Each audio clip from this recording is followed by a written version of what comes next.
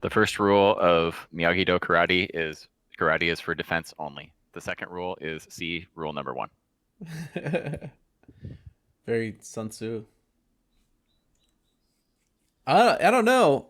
Season 3 has things to say about Miyagi-Do defense only. Yes. It's true. Sometimes the best defense is crippling your opponent's offense. Well, I think yeah, I mean, it's clearly it was a temporary thing that Daniel was not permanently. I liked how I guess we're not talking about season 3 today, but I liked how they reused him to show that that path had gone too far, and that the teaching of the like hidden stuff had gone too far, but it was still useful for creating defense because you take away your opponent's offense. Yeah. Yeah. I really liked the trip to Okinawa. I thought that was great in season 3. Really good because and I loved the music when he goes into the dojo, and it's like the choral version of Mr. Miyagi's, or I guess it's not Mr. Miyagi's theme, but like the like training theme. Yeah. Is playing with like the choral, and I bought that song. I'm like, man, that is good. I'm adding that to my Karate Kid. That's in the workout mix. Yeah. Yeah. Well, not in the workout mix, but like definitely the only Karate Kid song that I have in my workout mix is "You're the Best."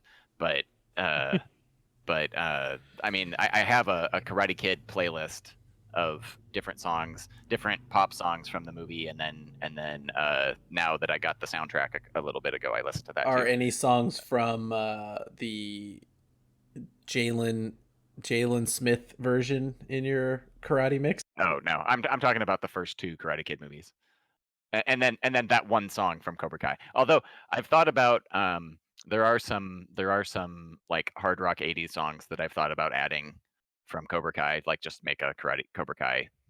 I really, add a Cobra Kai mix. I mean, we gotta talk about it when we do it. But like, I like the music direction for that show. They've done a really good job. Are we already recording? Are we good? I always just hit the button. That's good already. Because I mean, but... we kind of, I mean, as we should, when we enter the dojo, we should introduce ourselves. Oh, hold on. And I'm looking you in the eyes. You can't really tell. Right? It's funny because the way the thing's set up, like you're looking down, but I'm actually I'm above you actually. No, not a Miyagi-Do. Miyagi-Do. Okay, before we intro the podcast, I just have to know off the top of my head. We're all Miyagi-Do here, right? Oh yeah. Oh no. Me and Ebony were talking about this. And we were like, okay, so it's like I kind of want to get a shirt now.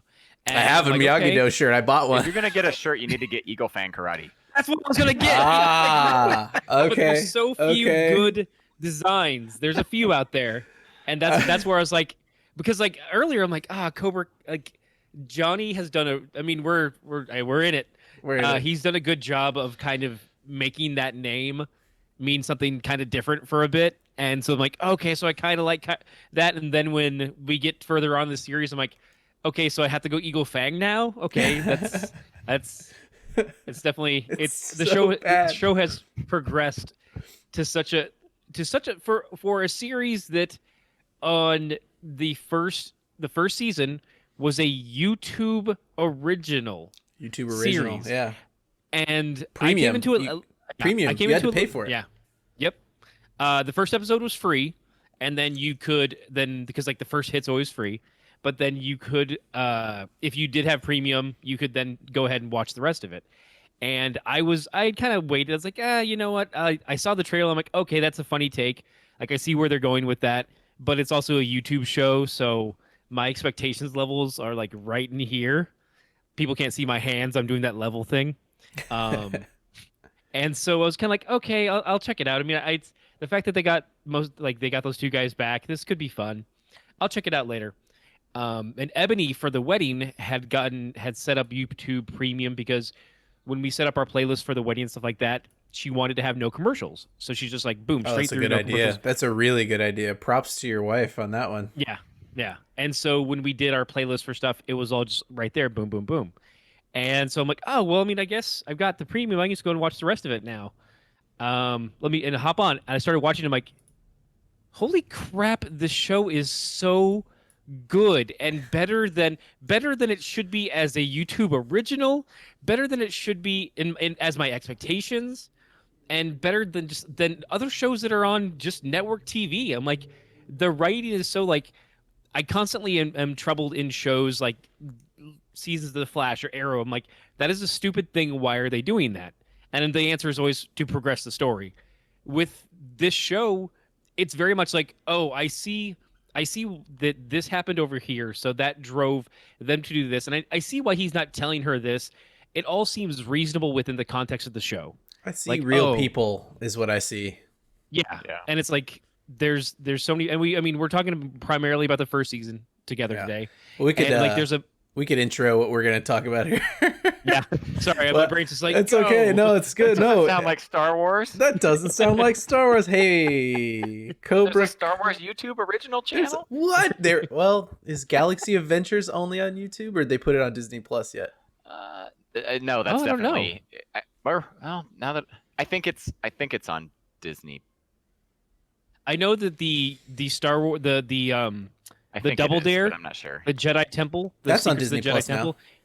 Oh, it is? I think they moved it over to Disney Plus also. We'll see that's another one too where we're like, I could be wrong. I might be thinking of Forces of Destiny. I'm not sure about Galaxy of Adventures. Galaxy of Adventures I think is YouTube only. Yeah, it might be. Here, we got back on track. Star Wars. Yeah. I don't even know the name of the Jedi Temple show. I think it's like Mysteries of the Jedi Temple or something like that. Yeah. Mysteries of the Jedi Temple. Hi everyone, welcome back. It's carbon scoring, kind of. Today is karate scoring. We're just gonna say it up front. Karate scoring. Welcome. A sub podcast. A sub pod of the podcast of the. No, it's good. So this one is actually a spin-off we're actually fans of the series Masters of Terrakasi. The short-lived Star Wars fighting game. And so with that martial arts leaning, we've now led into Cobra Kai. I just thought short-lived for some people. Some of us live the Terrakasi lifestyle to this day. I thought we were just gonna break down the Mortal Kombat trailer for 3 weeks. Like one episode a week for 3 weeks. We'll just break down every 60 seconds or so. The thing is that we understand that Chun-Li is not a character in Mortal Kombat, so I think we're to a certain degree we're better off than some outlets, but then again that got them a ton of foot traffic, so they're kind of, they just like took it like whatever. It brought, there's no such thing as bad press, so yeah, I guess. Okay, so did everybody have a nice January off? We took a little January off to give everybody a break. It was kind of like a good lull after Mandalorian kind of took a head spin at the end there, and we had to take a little break to quell our emotions over the losses of, spoilers, Grogu. The temporary departure, but then the permanent departure of other characters. The character may not be departed. Oh, true. Fair enough. That's very fair. I'm good with if the elephant in the room that we're not talking about or we haven't mentioned is that I was about to say her name is Gina Carano. Gina Carano has departed the Lucasfilm family. So I think that's as much as we need to talk about that. If people are interested in knowing why, go look it up. I don't know. Yeah. We don't have anything interesting to say. At least I don't, unless you've come up with some master plan to talk about Gina Carano instead of karate. Or just vitriol towards her so we can move forward. But that she was an MMA fighter, so that's a perfect segue into karate scoring. Good point. So because karate is a martial art. Karate is a martial art. And if you're in MMA, it's mixed martial arts, as far as I remember. Oh man, so during the January break, a karate show named Cobra Kai decided to bring out its third season at a time that it was absolutely needed during the Star Wars lull. And all three of us found out that we loved this show and hadn't talked about it hardly at all. And so we said, you know what, when we come back, there's enough Star Wars break that we could do some karate scoring. And so that's what we're going to do. We're going to talk about the show Cobra Kai at least, I don't know, a couple times. Because I think there's more than... I don't want to be here all day is what I'm saying. So we'll break This it is up. where I disagree. I agree. I think we could be here all day. Oh, we absolutely could be here all day. But considering I've transitioned to this standing desk and in about an hour I'm going to be dying. Kit, by the way, do you use a standing? I got some very good pointers on the off podcast chat from Kit on the standing desk pointers. I do. At work, I have a 100% standing desk, like a that's too big for me to take home, and so during the COVID work from home, my work has sent us home to work from home, and so they bought me a. I was working on our office table, and they bought me a Like desk, a standing desk. desk that sits on top of another desk Right. to make it into a standing desk, and so I use that because yeah. I have they buy everybody at my work. Everybody who gets a new desk at my work gets a sit stand That's smart. desk. And I had been, because I've worked my entire adult life sitting at desks doing bureaucratic tasks. It was very painful for my back after years and years and years of sitting for 8 or 9 hours a day at a desk. And so I got a chance to use one, and it changed my life. My lower back pain went down to almost nothing. It took me about 2 weeks. Like I said, it took me about 2 weeks for my legs, because your back muscles need to adjust as well, and so like your back and your leg muscles need to get used to it. But I usually stand for like 55 minutes and then sit down for like 5 minutes and then stand for 55 minutes and sit down for 5 minutes, unless my legs are just tired and I just want to sit down. But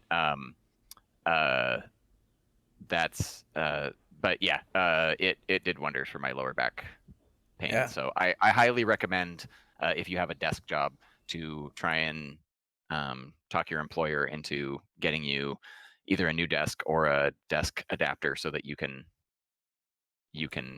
do that, because it if you have any kind of low back pain, because it did wonders for me. Cool. I have already felt the strength in my knees increase. You know, I haven't been exercising nearly as much in the last couple of years, and so I can feel like, oh, those tendons needed a little exercise. You know, it's and good. a fatigue mat, that like, I don't know, half inch of like foam. Sturdy foam does wonders to help you not get up your feet. Yeah. Nice. So. Well, thanks for the pointers. It's the beginning of week 2. My legs don't hurt as much, but my back is very stiff. So I think that's the strengthening happening there, probably more than it doesn't hurt, but like I definitely need to stretch at the end of the day more than I needed to kind of like get the pressure relieved. But it doesn't hurt. Like I've definitely had a hurt back before, you know. Right. It's just sort of like that. Tired. Yeah. Speaking of people who are old and decrepit, Johnny. Yes. Oh. That was going to go a different way. Oh, okay. I don't know. He seems pretty spry for an old guy. He does, doesn't he? He does some pretty decent karate, considering. I wonder how much he and Ralph Macchio have been actually doing karate since they did Karate Kid. I don't know if you guys have looked into that at all, but I have. I did not. I inadvertently did research, so I have been. It's allowed. It's okay. Karate. Okay. I've been in a Karate Kid mood basically since I found out about the show. I didn't know that the show existed until like a month before season 2 came out, and then somebody was talking about it, and I'm like, what? I didn't know either. Yeah, I knew. I found out when Netflix bought it, which was I think just post season 2 when they were about to cancel it. And I guess Billy Zabka did a great job selling the show to Netflix or something and saying what their plans were for the future. And I didn't know anything about it. So I don't know. Was that so similar to my experience? You kind of didn't know anything about it either. Ken, did you? I hadn't heard about it. Yeah. Did you hear about it before it hit like the end of season 2-ish? Yeah, because I had caught it just during season 1. On the Prime, on the on the premium. YouTube Premium, yeah, on the premium stuff. And it's funny too because at the time, and I'm now like kicking myself for not telling Kit earlier, because one of my earlier memories of Kit is we were hanging out at his place and we watched I want to say we watched Karate Kid, and then he immediately put in Karate Kid 2, and he's like, well, we need to finish Karate Kid 1 because this is the scene that should have been at the end of Karate Kid 1. I know. And it should be the after credit song. It should be the after credit scene of the first Karate Kid movie. But I mean, it still works in Karate Kid 2. But yeah, Karate Kid is like still in the era. I just rewatched it, and it's still in the era of credits before everything. So it's not so much the gonna have the after credits scenes. Yeah, it didn't grow up in the Marvel universe. And I will say, so I've been watching a bunch of special features on the Karate Kid stuff, and that was they filmed that when they shot the first movie, and they ended up having to bring back. They basically re-edited it to be the way that it is, and because he thought that, and I agree. I mean, it's you don't want to. You want that to be the end of the movie. Him winning and that's a good end of the movie. But they had to bring Pat Morita back to do a reshoot because he wasn't anywhere in the shot they were re-editing the movie, recutting it, and they were like they have the part where Daniel's like, "Yay, I did it," and then they're like, "Wait, Pat Morita's not anywhere in like the last minute of this movie, so we should probably we need to bring him back in so that we can get like one shot of him just standing by himself so that it doesn't." Because he didn't like run up. Right. Yeah, he stands there and does the the nod thing, right? Yeah, I'm pretty sure he does. They had to bring him back, but they did shoot as a possible ending. They did shoot the part that is at the beginning, which I suspected that they had shot that scene, and then they were like, "Man, this scene's too good. I mean, I know we cut it. We couldn't put it anywhere else in the first movie because we had the best ending, but man, this is too good of a scene to waste." So yeah, there it is at the beginning of Karate Kid 2. Yep, Karate Kid 2 is good too. In the land of sequels are never better. I know we're supposed to be talking about Cobra Kai, but let's just take a pause here. This is the prequels to Cobra Kai. Oh, that's true. Yeah, it's the Cobra. We got to talk about the Cobra Kai prequel. Yeah. Not the Cobra Kai prequel comic book that is actually set during Johnny's when he first joins Cobra Kai. Oh, really? Yeah. Oh, there's a comic for that. It's good because it builds up the relationship that they touch on somewhat in the series. But go on. Let me say, I think they do a good enough job in this show telling you what you need to know about Johnny and his relationships with both his sensei and his family, and the relationship and how you get like the relationships between him and Daniel, and like how people were high end or low, the dichotomy of wealth in Reseda and all that sort of stuff is played out in those first movies, but those movies are really focused a lot on Daniel a lot. And so this show does a pretty good job over the last 3 seasons, I think, of not needing a comic book prequel. Not that people shouldn't read it. I haven't read it, so it might be good, it might not. I don't, Ken can speak to that, but I think that if you're wondering whether you need to see a comic book prequel, you don't. Like they do a good enough job telling you what you need to know about Billy Zabka's character, and so it's not like the Lucasfilm thing where if you want to find out that the planet that Kylo goes to at the beginning of Rise of Skywalker is Mustafar, you have to get a comic and a tie-in book. Yeah, and that apparently Darth Vader moved people to Mustafar to like be his servants, and it's like they don't leave stuff out of Cobra Kai so that you have to buy the comic. Hey, he's creating jobs on Mustafar. I don't know what you're talking about, okay? He's pro-employment. That's what he expected from his new empire. I 1,000% approve of that. Every single reference we're going to make in Cobra Kai has some sort of don't do that parallel in Star Wars, and so this is still carbon scoring somehow. Yeah, we're just staying on brand. That's all. It's on brand. Yeah, it's good. I have to also say in in finding out about this show, I was lucky. We've talked about like the extent of the spoilers that I'm interested in knowing. And so things like the Last of Us movie coming, I know who they've or it's a show maybe for HBO. I know some of the people they've started to cast in certain roles, and I don't generally find those to be spoilers. But I didn't know when that show came over, because I hadn't talked to either of you about it at this point in time when it came on, and nobody in this house was interested in watching it. But I really I didn't remember how much I loved The Karate Kid until I was like, wait, they're doing a what? Okay, I'm not really that interested in the Cobra Kai side of this.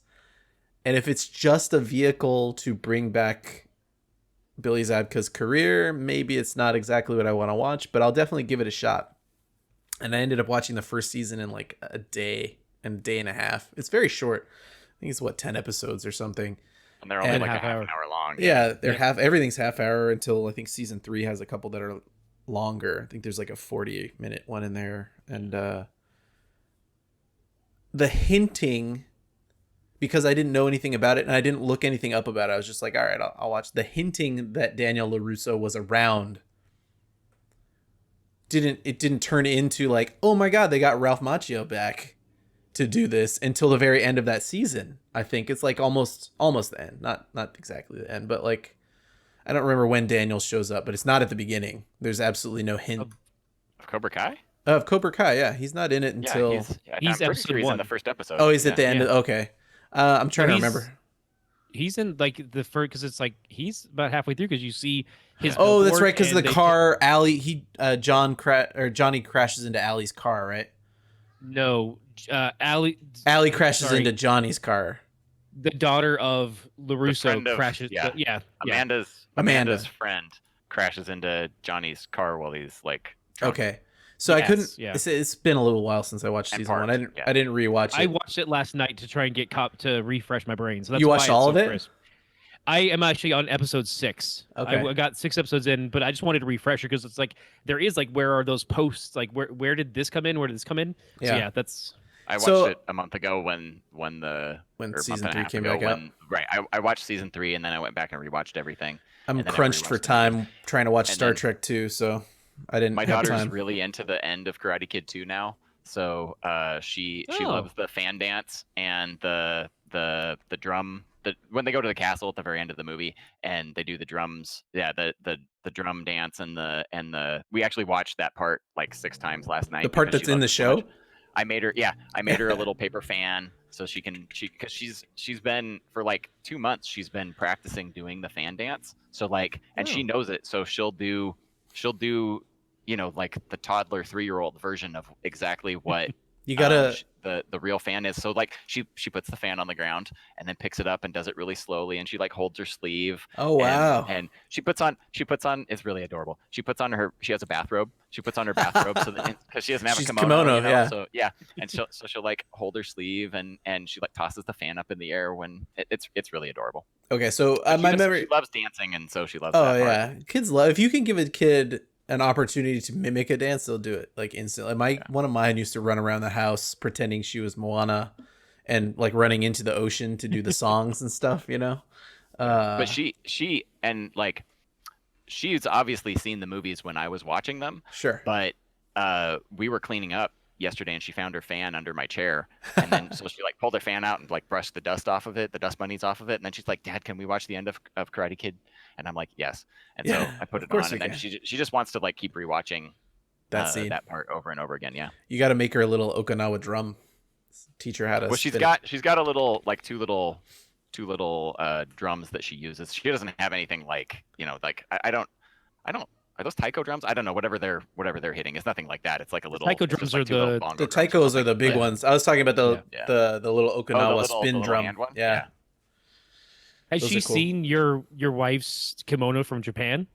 Oh yeah, yeah. She actually she saw that just this last like 2 months ago when I was watching this stuff, and then when she really got into doing the fan dance. And then when she found out that her mom has a kimono from Japan, she just lost her mind.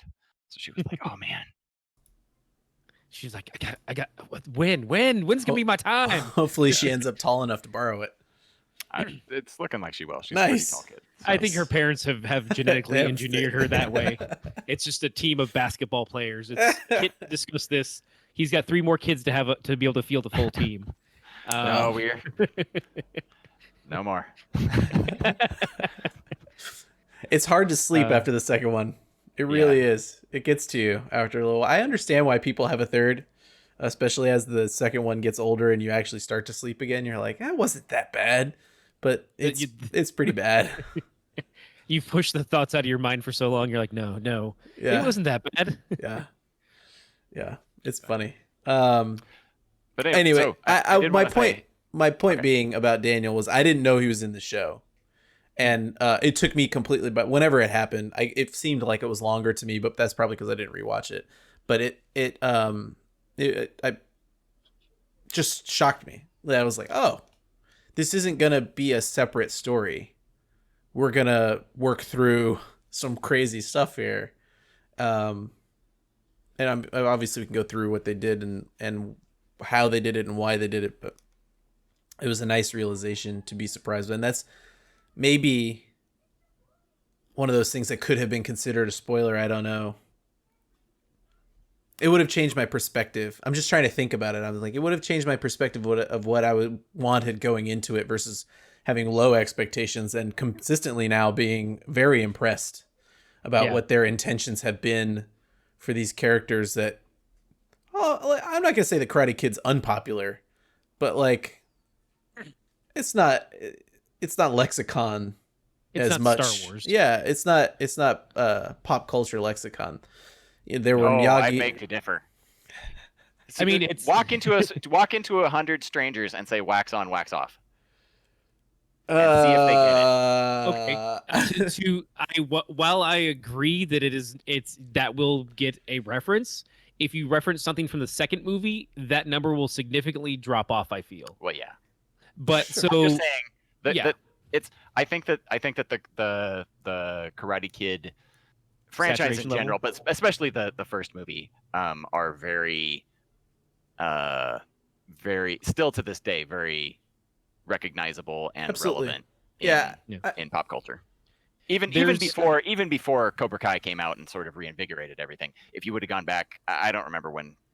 We'll say 5 years. If you would have gone back to 2015 and said wax on, wax off, most people would probably know what you were talking about. I think you could get that reference to most people, but it's not like people are in this conversation. We're using Star Wars to reference things people know about, to say, remember this thing that just happened or that happened a long time. Right. Like Star Wars has become a dialectic use for explaining stuff like that. And Star Trek to an extent as well. There are other. Saying it's at the same level as Star Wars. I'm just saying I think that the Karate Kid is still very relevant. I think it's telling that the Karate Kid, being as popular as it was, at least in my childhood, it was pretty popular. I watched it a lot. And everybody else I knew would know the references from the first movie, at least. It's telling to me that in the 80s reinvigoration we've had here, everything else happened first. You had Ghostbusters, and, you had 90s movies coming back in the Jurassic Park franchises. Everything else that people could think of to reinvigorate and reuse and recycle and connect as a sequel. And I mean, I'm sure people are, thinking of ones that I'm not right now, like Short Circuit, but even that's getting one. Yeah. I mean, Short Circuit's in the work now too.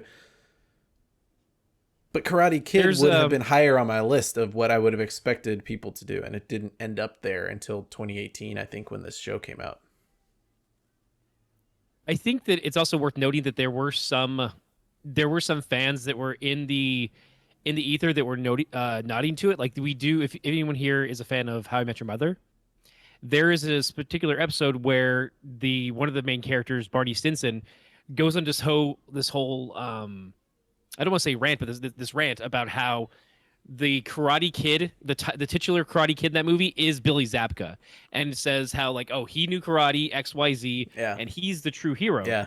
And that was 2013, so it's like that is where it's like I do think there is a saturation point, but that show is very kind of like, oh, we mentioned Star Wars, like yeah, everyone does, but they actually go a little more deeper and get to the idea that this is still in people's minds, and so that is a pretty good reference point. That like, oh, this I think that helped because they brought on Billy Zabka and I was gonna say Daniel LaRusso because I can't remember his name.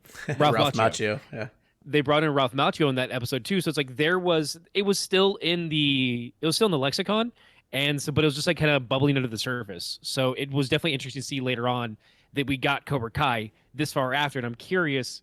Obviously, the people who are making Cobra Kai had such a diehard connection. They make a lot of good. They go back to those movies and mine stuff constantly, and so surprising in season 3, especially because I figured season 1 and season 2, it's very easy to bring people in on remembering what crane pose is and all these types of things from the movie, right? The first movie is remembered well enough with enough visual triggers. I think a lot of, like, wax on, wax off. Yeah, it's a great Pat Morita line, but you see the connection physically, right? And so a lot of, I think, weirdly, because Karate Kid's not a beautifully shot film, there are some spots in it, but the second one's actually nicer.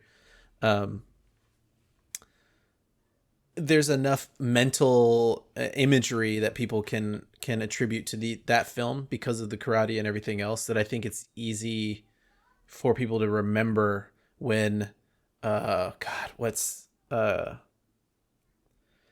Cobra Kai kid that wins this first tournament, Miguel, when Miguel does crane pose and you're like, whoa, you know. I really like that at the very, like, in the first go of the first match of the tournament, he does that, and you get the look of where Johnny looks right at Daniel and like, yep, I know your stuff. When Miguel Crane kicks the kid, yeah, the other kid, yeah, that was a good shot. There's good a lot. Also, there's a lot mentally to mine from that first movie that once you see where, you know, like the history of Daniel and him trying to teach karate to his kids and trying to keep Miyagi karate alive, but can't really without losing commitment to something, like balance. It's about balance. Yeah. I mean, it's that's the great, like, because I was rewatching episode 6.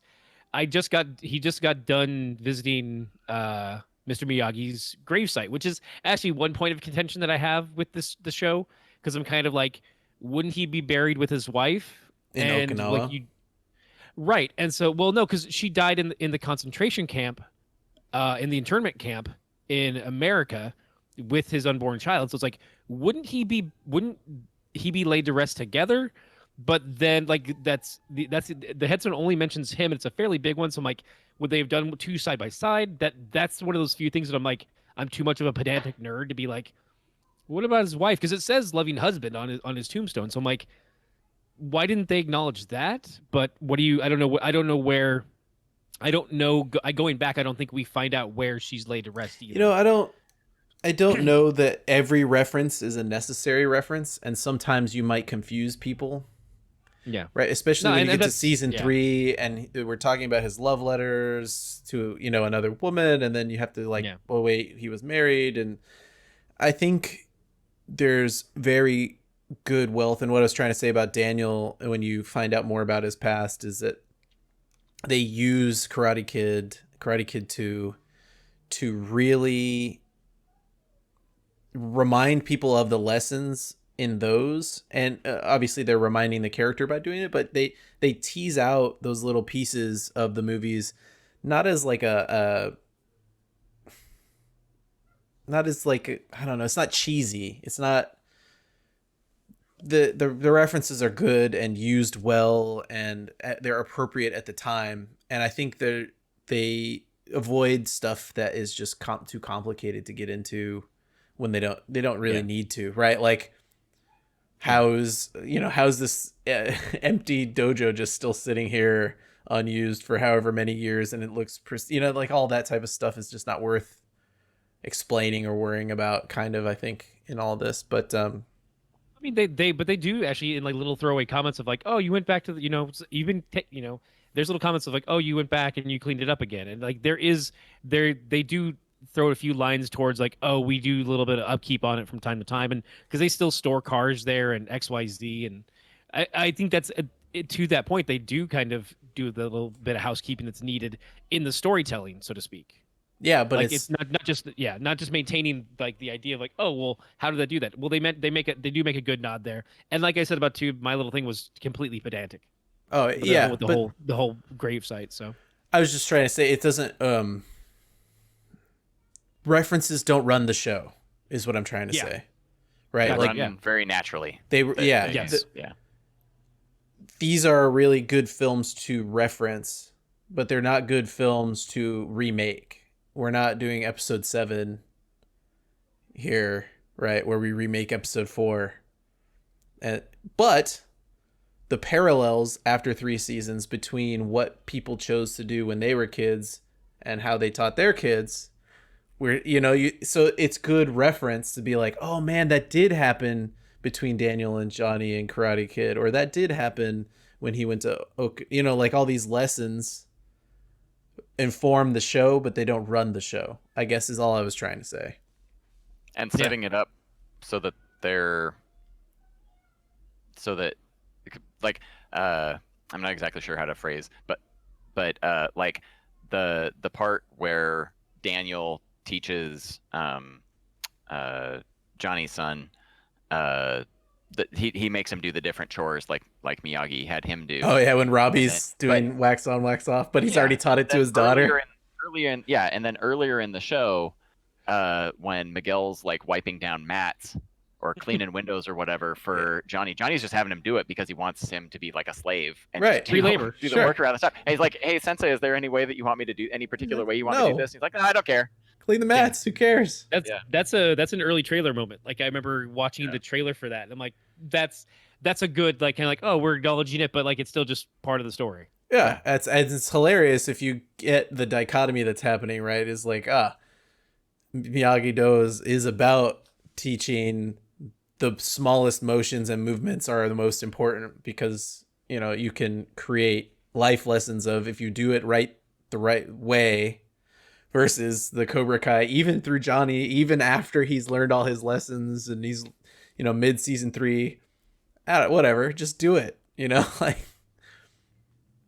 I think there's also some good bones that were left over as far as story wise from the first Karate Kid, in that there is some room for Johnny's not just like, he's not a 100% 80s villain. Like at the very last thing you see him do in the first movie is he grabs the trophy and gives it to Daniel. He's like, you deserve it. Like you won, like you got this.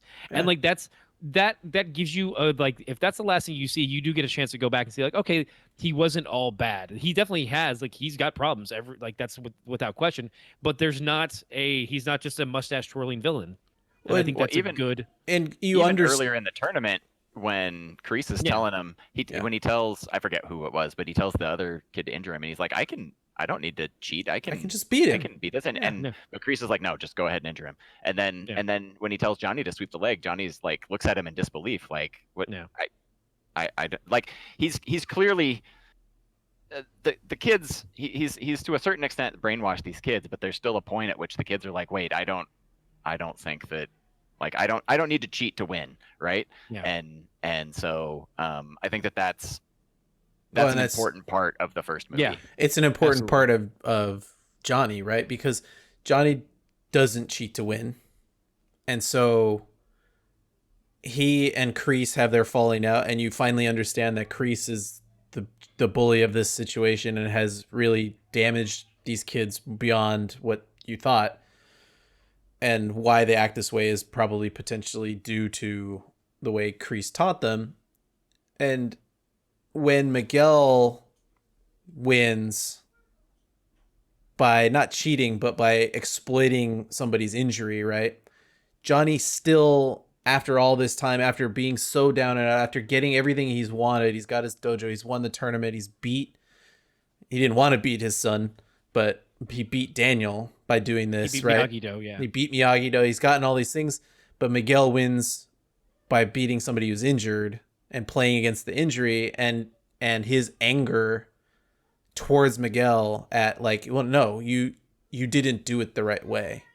Yeah. Tells you he's not an 80s villain, right? Like it's a shocking way to me to have redeemed a character that you still are like, God, this guy's a loser, but at least he's not a villain, you know? Yeah, and lining up a show with the thesis that the good guys aren't going to get it right in the end. And you see Daniel can't teach his kids karate to save his life because he is overbearing and he teaches the wrong way. Right. He's successful, but he's not happy in the long run. He's happy-ish, right? He's got everything he wants. He says he's happy, but by season 3, you kind of get it. But in season 1, he seems happy until you start to find out, you know, his kids don't want to learn karate. He's pushed them away accidentally. I say kids. You keep saying kids plural, but I guess we're only talking about season 1 here. But like the son disappears by season like 2 and 3. Like they're kind of he's back. He's back mid season 3. But he is sort of sidelined. It's definitely about. It's about Sam. The daughter. It's about Sam. Yeah. I think that's probably because Sam. It seems like they picked. I don't know. I didn't do any research on this. Maybe you guys did, but it seems like they picked a lot of people that are karate experienced people that weren't necessarily actors at the beginning of this. Oh, that does remind me. So I was gonna say, I've been watching a lot of Karate Kid special features this year, and none of the principal people had any background in karate.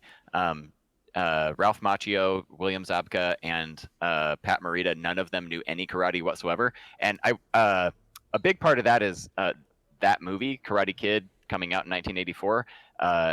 Right after that caused an explosion of interest in karate. Before that, there was very little interest in karate, and there was much more interest in kung fu because of the kung fu movies, yeah, as opposed and to karate show. movies. Almost no one cared about karate before Karate Kid came out, and the man who is the referee in the fight, the main referee with like the mustache, his name's Pat Johnson, and he was like a karate champion, and they brought him in, and he did all the choreography and taught all of the guys all of their moves and did all of the fight choreography. It's cool they put him in the movie.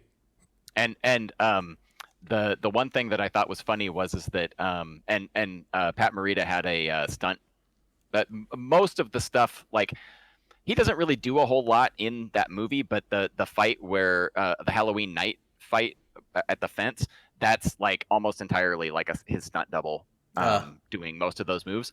But all of the kids had to learn. They had Pat Johnson had them do a big boot camp to learn, like, to get enough karate to where they didn't look terrible on screen doing it.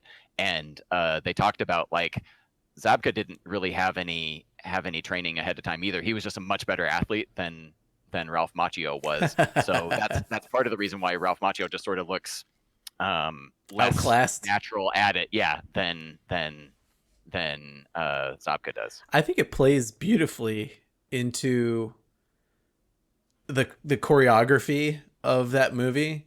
That Macchio, he gets what Pat Morita's, Miyagi is teaching him, but he never looks like a natural at it, which is funny because it becomes the story, right? And especially in the second movie and in this show, it becomes he's not a natural at it. He's not a natural at thinking the way Miyagi thinks. He's not a natural fighter. Johnny's the natural fighter. And it plays into his character a lot of, like, he may have been the most successful, but he also had to try the hardest. It seemed like it was something they were trying to say about him. It's funny too, like, because when Pat Morita signed on for the movie and stuff, he's just a comedian actually. Like his profession by trade is he's an actor because he was in Happy Days and other projects, but he's just more of an actor. He wasn't like, oh no, I know, like I'm well versed in this. You should cast me. It was actually a bit of a push to get him on, but yeah, he it's of course, but it's just that he has that quality to to feel like he's coming from a place of wisdom, and just he has the acting chops to play that part, and that was just amazing. So he had a genuine nature, right? Yeah, you believed that he sat there with those trees as much as he did.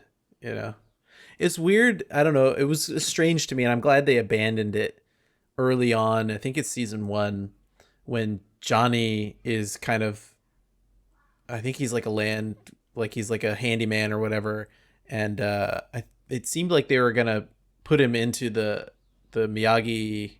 Oh, he's the property manager of a place, and I was like kind of weirded out about trying to compare those two characters together. I think it evens out later when you clearly see like he has to foil. I don't know if Kreese was ever the plan until we hit season 2. I'm very curious to see. I haven't watched any interviews or anything about the show. But Kreese, I think he shows up in season 2, episode 1, or does he show up before that? He shows up. Does he show up at the very end? Might be in the very last season 1. I think he's in the very last scene of season 1. So I guess it probably was planned before they started the show. Yeah, it's cool. We're talking like a lot of overarching themes that have been running the entire time, and I think that's really why the show is so good. It's concerned maybe more so with themes than the day-to-day. Because if it got too concerned with the day-to-day, it could be a little bit of high school drama that you'd get bored of really quickly, Yeah. And some of it is a little bit too high school drama, but it's good in, I think, so much as it reflects what the parents are now going through. And so one of the things I was going to ask you, Kit, if you connected quickly with it, I did, because it seems like we grew up watching these guys ahead of us growing up, and now we're going to watch them again growing up ahead of us, right? You're always growing, especially now that we've had kids. Watching Daniel, who you watched, and being like, oh man, that kid's got it together, right? He put his life together, and now you're watching it again. It's like, yeah, we're starting to hit that level of like success and family and all that. And then, oh man, okay, so other people don't have it together. They're going to write a show about literally the things that I think a lot of parents worry about, is like, do other people have it more together than me? Daniel LaRusso must have it more together than me. Oh, clearly no. The theme here is no. We're always going to be learning and teaching at the same time is a very good operational theme that I think they nailed out of the gate. Was these two people forgot that they needed to be learning and teaching, Johnny and Daniel, right? And so in the middle of season 1, it's all about teaching. It's teaching, because I'm gonna fix Robbie. I'm gonna fix these kids at Cobra Kai. I'm gonna fix my relationship with Sam. We're all gonna teach, and then Kreese shows up, and it's all about like, wait, we haven't actually learned. And so it's like a good arcing theme, I think, that they've put onto designing a show. But I don't know. Did you guys want to talk about like specific season 1 stuff? We could just like work through season 1 and then. Well, I was just going to piggyback onto that and say, go for it. Going back to the Barney quote, I think that's one thing that's really good and neat about the first movie, is that Daniel's not in that movie. It's very clear that Daniel's the protagonist and Johnny is the foil, but they're not. Daniel does a lot of stuff. Daniel's a jerk. Right. Yeah. Daniel does stuff to egg on Absolutely. Johnny. Absolutely. And they show that he has a temper, like, right, that he has trouble, and he even talks about it.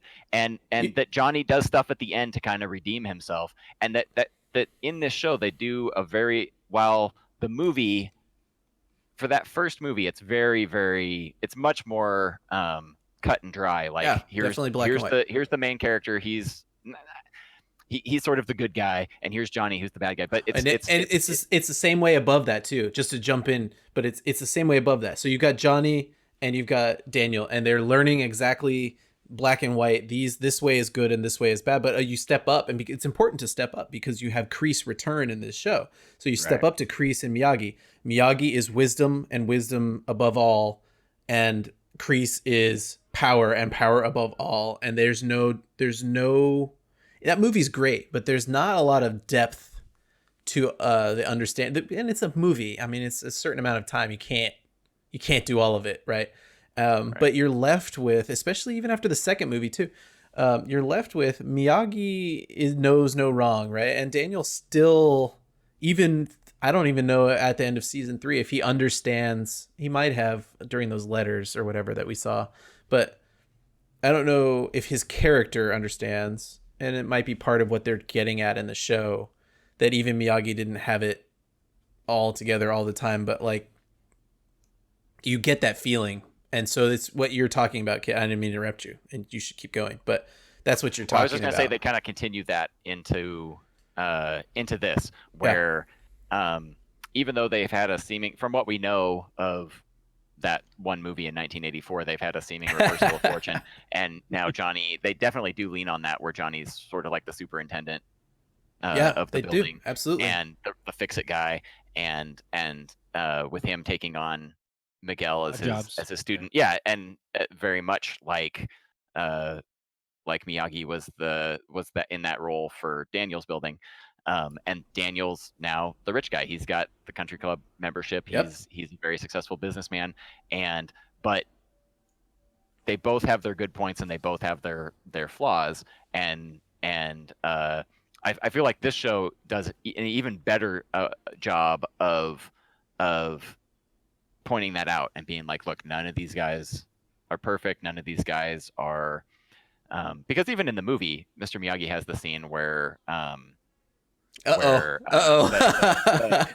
scene where he gets drunk on the anniversary, absolutely does. Yep. Which hilariously, so in the special features, they talk about, they wanted I think the producers wanted to cut that scene, and the director, who I will mention, the director of the Karate Kid, at least the first 2 Karate Kid movies, I'm not sure if he did how many of them he kept doing, but at least the first 2, is the same director who did Rocky, which if you think about it, makes total sense. Like, the first movie and the first Rocky movie have a lot of similarities about them, and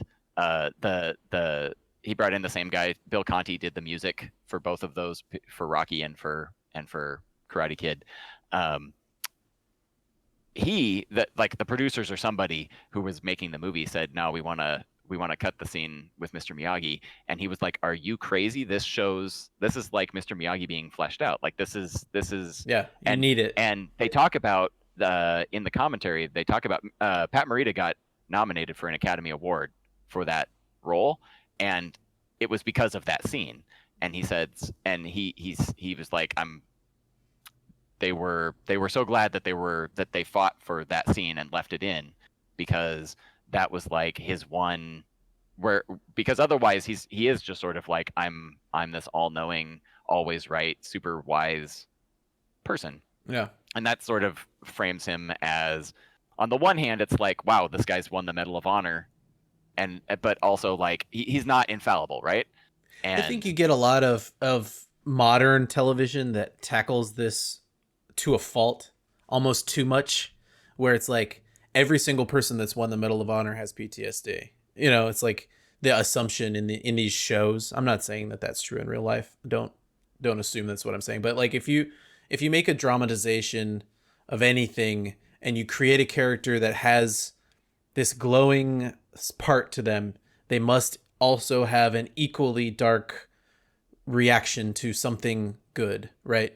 So that's the way that we do prestige television now.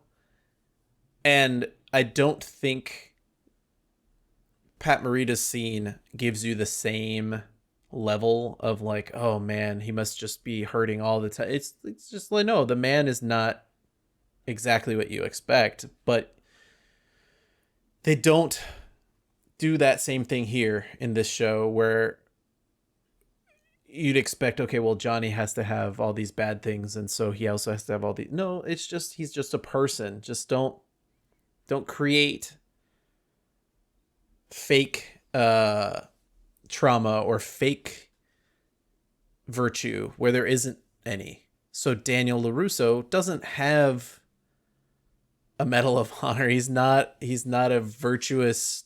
He's a good guy, but he's not like some, crime fighter or what. He's just a dude, and he grows up to be just a dude that uses his fame in a karate tournament to sell cars. I don't know if I'd call him just a guy. I mean, he did win the All Valley Karate Tournament 2 years in a row. You're right. Dang it. I mean, the only repeat champion.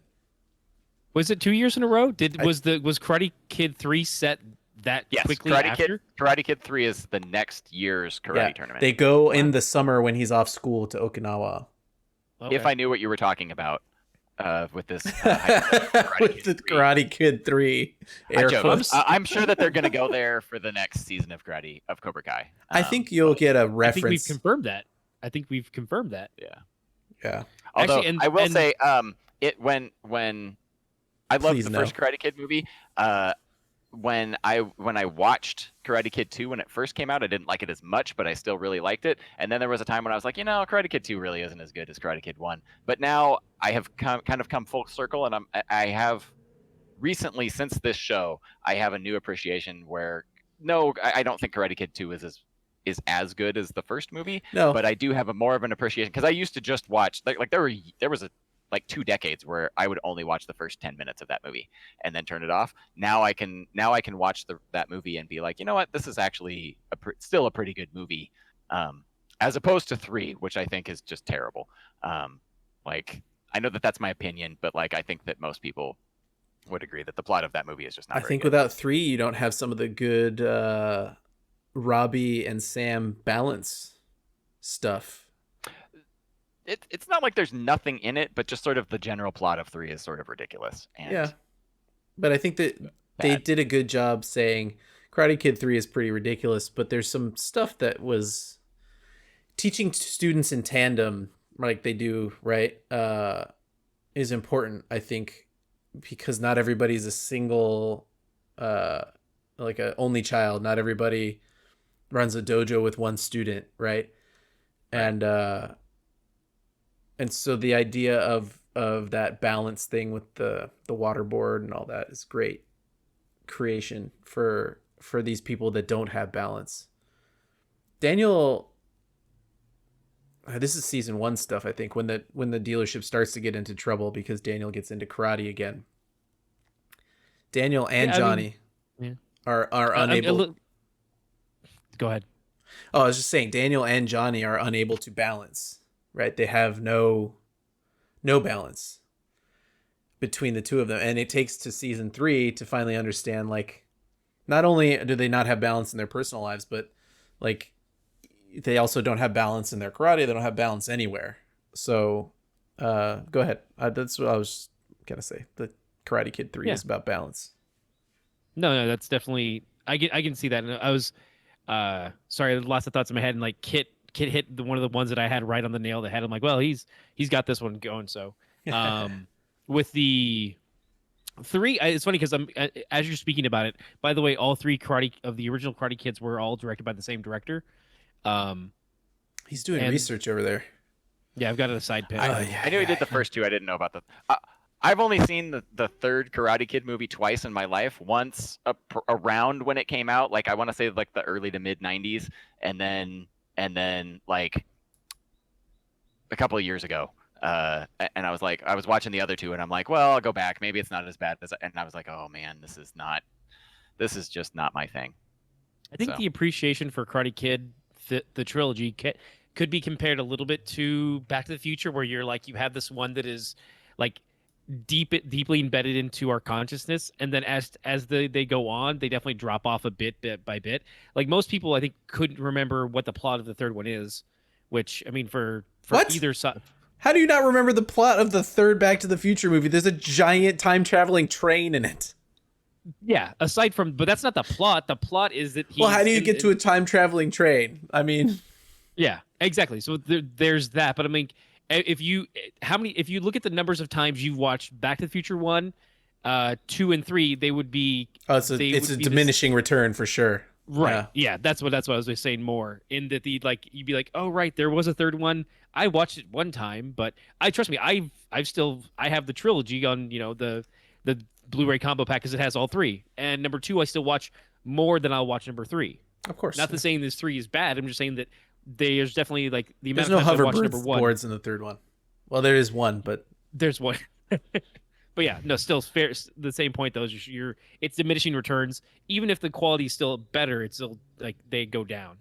I forgot where this train of thought was going, but essentially it's funny because it's I have gone back and watched 2 a few times, but I don't think I've watched 3 that much. But I do appreciate 2 that even when I think it's even in the first season they discuss, because I think Robbie's like, oh yeah, at some point it comes up that his dad's Cobra Kai. He's like, I was Cobra Kai at one point, and that I studied in that dojo, and they keep track of all their lore, and that's why I'm curious. At some point, do we get to the next Karate Kid, and do we get now I'm blanking on her name. Hilary Swank.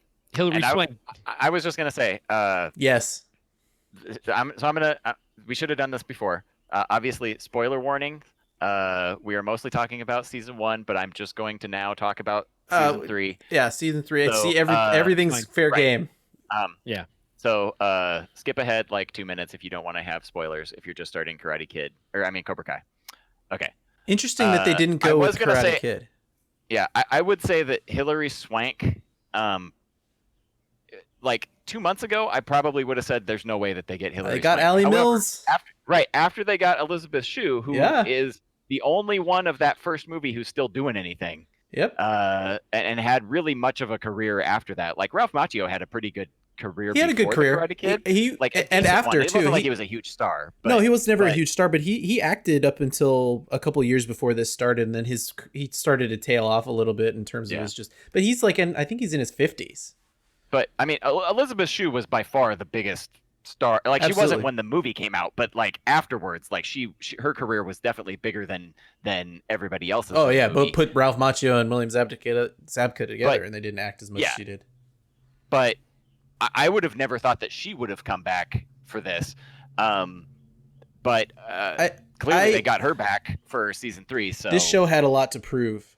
I cannot believe how amazing. I mean, it's way too bad that it was stuck on YouTube for 2 seasons, because they really didn't know what to do or how to promote the show. It's Google. Literally, I'm a pretty big Karate Kid fan, and I hadn't heard anything, nothing about the first season. The second season was almost out, and I didn't hear about it from YouTube. I heard about it from just random people talking about it, and being like, man, there's this show Cobra Kai, and it's so good. And I'm like, wait, what? I just noticed you guys are both wearing Star Wars shirts. This sounds like a pitch you gave me from. Are you just talking about some idea you have? This isn't a real thing. Yeah, this can't be real. If there was a Cobra Kai TV show, I would have heard about it. I mean, why would you make a Cobra Kai TV show and then not tell anybody? Two things. That's the YouTube. No, I was gonna say, was it YouTube Red initially? YouTube Red. Yeah. That's the initial name for it, and that's I just kind of the funny thing is too though is I saw a panel at WonderCon, and I think I have a bandana from it, and I have a few different things. It was in the ether, but you had to you had to be at that WonderCon because apparently no one was talking about it afterwards. But or at least it's funny that the amount of press that they didn't put behind it, and that there's fans of it clearly who just didn't hear about it, and that's so surprising because I heard about it, but I was well, at first I'm well, it's not. I'm not going to pay for YouTube. That seems ridiculous. Yeah. Why would I pay for YouTube? It makes no sense that YouTube couldn't let me know about that. Google's whole thing is cataloging every single thing that I like and everything that I've ever done in my entire life and selling that to people.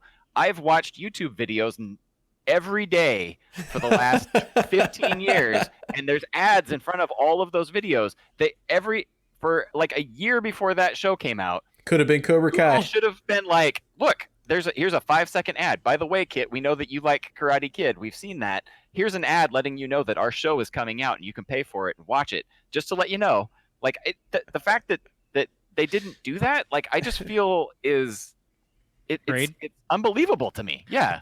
It doesn't surprise me one bit. I mean, they launched their Stadia thing a year ago, I think, and it's already dead. Google is a good place for ideas. Google is a bad place for developing ideas.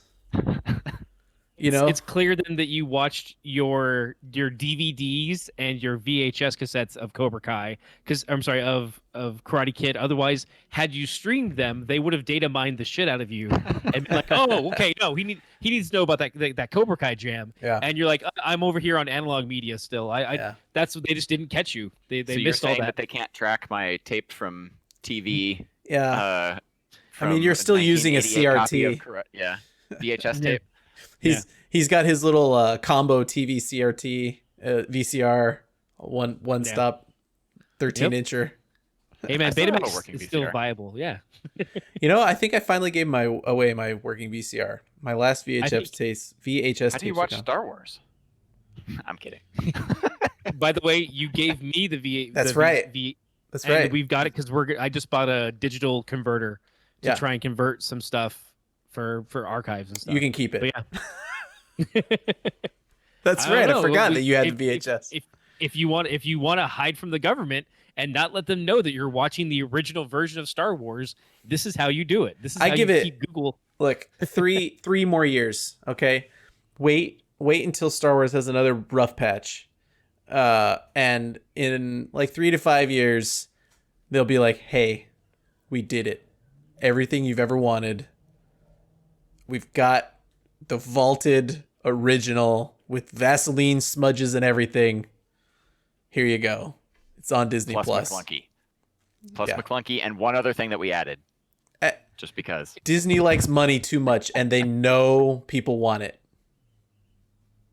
I mean, it's fair. I can see that. I mean, this is. I'd say Cobra Kai is essentially the similar to Rogue One, where they're like, wait a minute. Remember that whole that very early idea? Let's bring that back. Let's find a new way to spin that. Yeah, and that's similar right there. And we're back on Star Wars. It's inevitable. This is what I was saying: lexicon versus culture, right? Like Karate Kid's in the culture. A lot of us grew up knowing it, watching it, loving it. You know, I'm sure I did karate after it because I liked it so much. I have pictures of me doing karate, so I have a yellow belt. Reason why I signed up. Yeah. Me too. I took karate for like 2 years, and because right after I watched this movie, so. But I can't be certain that everyone I talk to knows what it is. Like I know they probably know what it is, but like I don't know that I could make every reference more than wax on, wax off. You know, like. Yeah, I mean it's because this is I've talked about this before, and so like here's an example. I have said sweep to leg to somebody, and they didn't know what I was talking about. I guess how old were they? Yeah, a little younger. Was it your daughter? Yeah, she didn't get it. I yelled sweep the leg at her, and she just did not take her sister out. I was very disappointed. That's why you say to her, "You have a problem with that, Mr. LaRusso, or Mr. Lawrence?" So all joking aside, in video preschool, my daughter was watching. They were talking about stuff that you can do to calm down, and they were talking about breathing and like how you can breathe in and breathe out. And my daughter on the Zoom thing goes, "Just like Mr. Miyagi." And I was like, "Yes." It's like. Yeah. Yes. See on the breathe in, breathe out, I always make the Bad Boys Woo-Saw reference. And that one's too obscure, I think, for most people. The Woo-Saw. See, that just makes me go, Mike Lowry. So when are we doing the Bad Boys podcast? That's good. I guess that's the next question. We got to come up with a good name for it. That we weren't going to do this Scoring until for we came life. up with karate scoring. So I'm still upset that that Bad Boys for Life is the third movie. That is the biggest waste of a title. It's Bad Boys for Life should have been the fourth one. movie. Yeah. That is ridiculous. But it was also the biggest movie of 2020. So what do I know? Well, they could make a prequel. They could make a. I mean, Bad Boys 3 is a prequel. I mean, really, honestly, you could just go Bad Boys Forever, and then you've got your fourth one. Yeah, Easy. It feels tacked on. Feels wasted. I mean, I'm it's upset. Bad Boys. How much are we going to invest mentally into the title? They What are we should have just talking looked about? at- What is this show for? You stand on the shoulders of them who came before them, and they say, "We saw what the Fast and the Furious did, and we learned, and we know what we're going to do." So I don't know. I don't know that Fast 5 was right. No, but I'm saying like Fate of the I don't know Furious. that any of the Like- I don't think any of the titles of the Fast and the Furious movies have been after the Too first fast, too Yeah. furious. Come on, now. That's pretty good. I have to say the first two are good.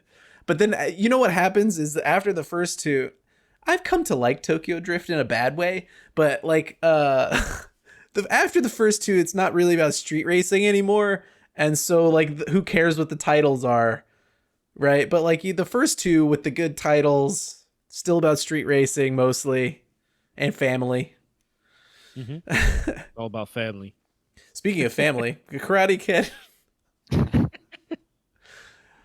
Oh, it's cool that they've created multiple family dynamics in this show and that they give them to you right off the bat so you know what you're going to deal with.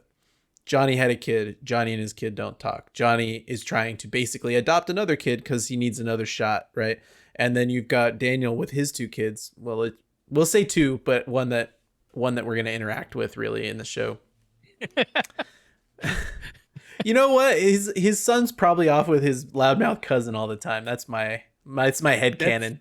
That's fair. Like it's just it's because I was rewatching the first season and like I see the kid there playing his PSP and I'm like, God, like it's not that it needs to be like I think the Sam story is better. Like having a female perspective in there helps, but then like just the other kid doesn't care. And I'm like, it is also it's a commentary on the next generation, which is a little bit like I'm a little bit like put down those video games, get away from that screen. But still, I do see it. But I'm also like you enabled him, and then like the kid says, Alexa, order a new PS Vita, and he's like cancel override. And he still orders. I'm like, no, you're a bad parent. Go to the computer, cancel that, and not that you have to beat your child, but throw him in the pool. Look, I don't know. This is the point.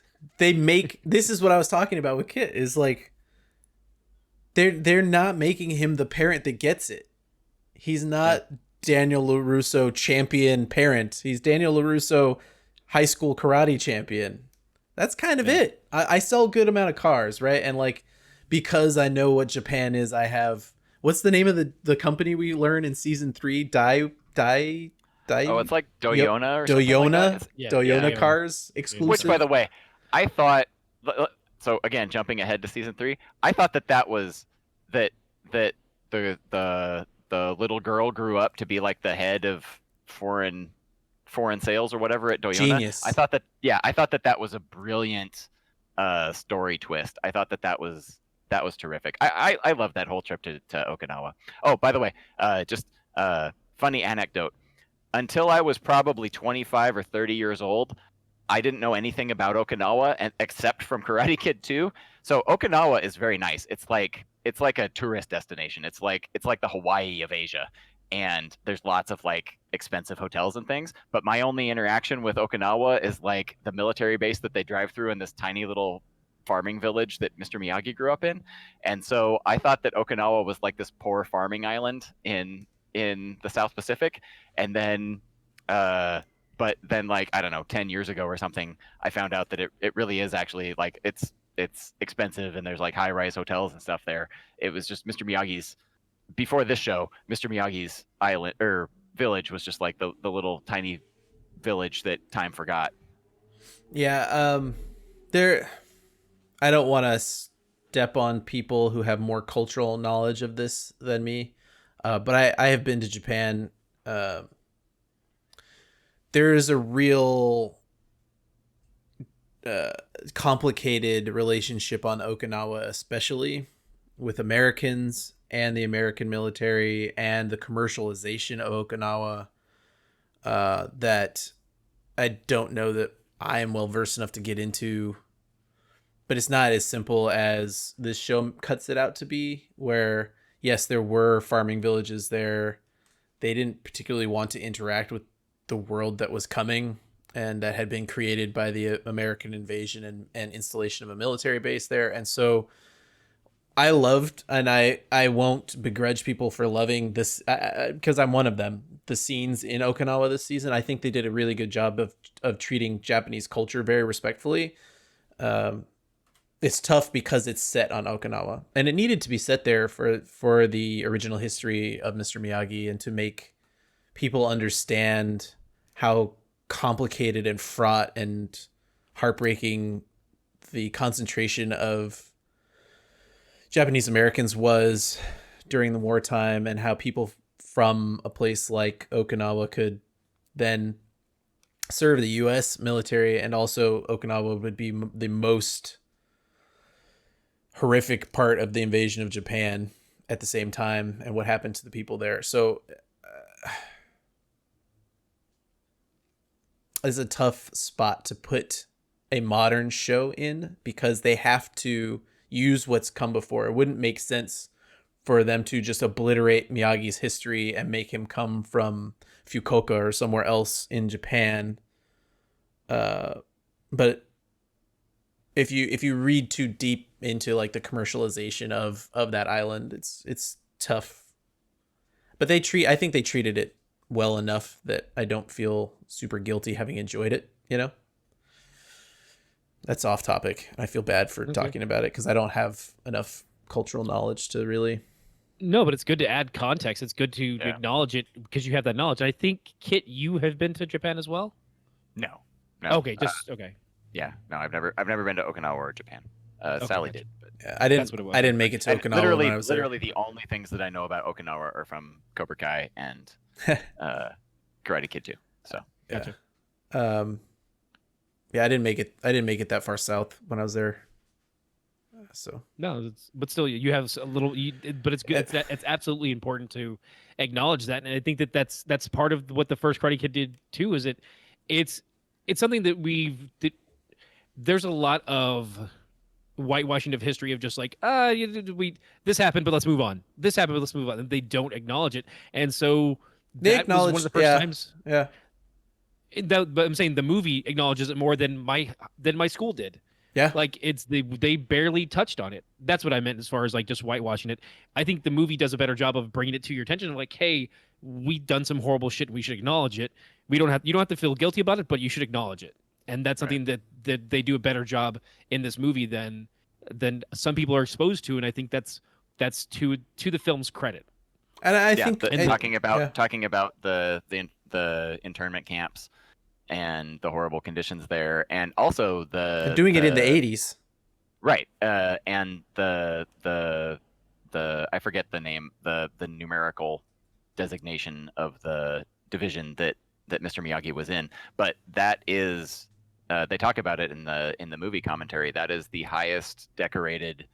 It was made up of all Asian, or I'm not sure if they were all Japanese, but they were all Asian. That entire Asian American soldiers. Yeah, we're all Asian Americans, and they are the highest decorated division ever in the history of the United States military. And they went and fought in Europe, and they got more medals than they were more highly decorated than any other division in the history of the United States military, which they don't. And they kind of they don't go into a whole lot of detail in the movie, but they at least bring it up and point out that Mr. Miyagi got a Medal of Honor, which I thought also made me really mad cool in the show when when Miguel snatches that thing. Oh yeah, I got actually physically mad because I was like, well, who would look at that and think this is something to mess with? I don't know. I mean, Makes me angry. But rightfully so, it makes you angry, but it also speaks to a child's knowledge and his understanding Absolutely. of what that is. Mm-hmm. And so that's also one of those points too, where later on, when he returns it, and Robbie doesn't say where, he just says, "Oh, I found it." It's one of those things where it's like the choices that the children characters make is so believable, because this is looping back to what I said earlier about like all the choices. Like, I see why he did it. It's the wrong choice, but I understand why he did it. I get a little bit annoyed at like where the adults sometimes. Clearly not everybody's an adult, but sometimes you like when they're having a gigantic brawl in the school, like where are the adults? You know what I mean? Yeah, absolutely. Yeah. They kind of talk about that, where they try to back out of it and say they can't have done anything and all that sort of stuff. But like, there's a huge brawl in a house in season 3, and you'd be like, the police would have been called by now by neighbors. Right. You know? Yeah. Well, even in the first season, there's the first big fight is with right when Sam confronts Kyler about like the lies that he's been spreading. That's when Miguel beats the crap out of those 4 dudes, and like at the end, he's standing on top of the table, and then the soft, I put it in quotations for those at home, the soft guidance counselor's like, "Get down off that table," and she takes him away, and like that's kind of all that there is. After the fight, someone shows up and says, "Oh, hey, come with me," and the character comes back a few times, and she's portrayed as just like kind of like, "Oh, we don't want to hurt anyone's feelings." Feckless, yes, thank you, that's perfect.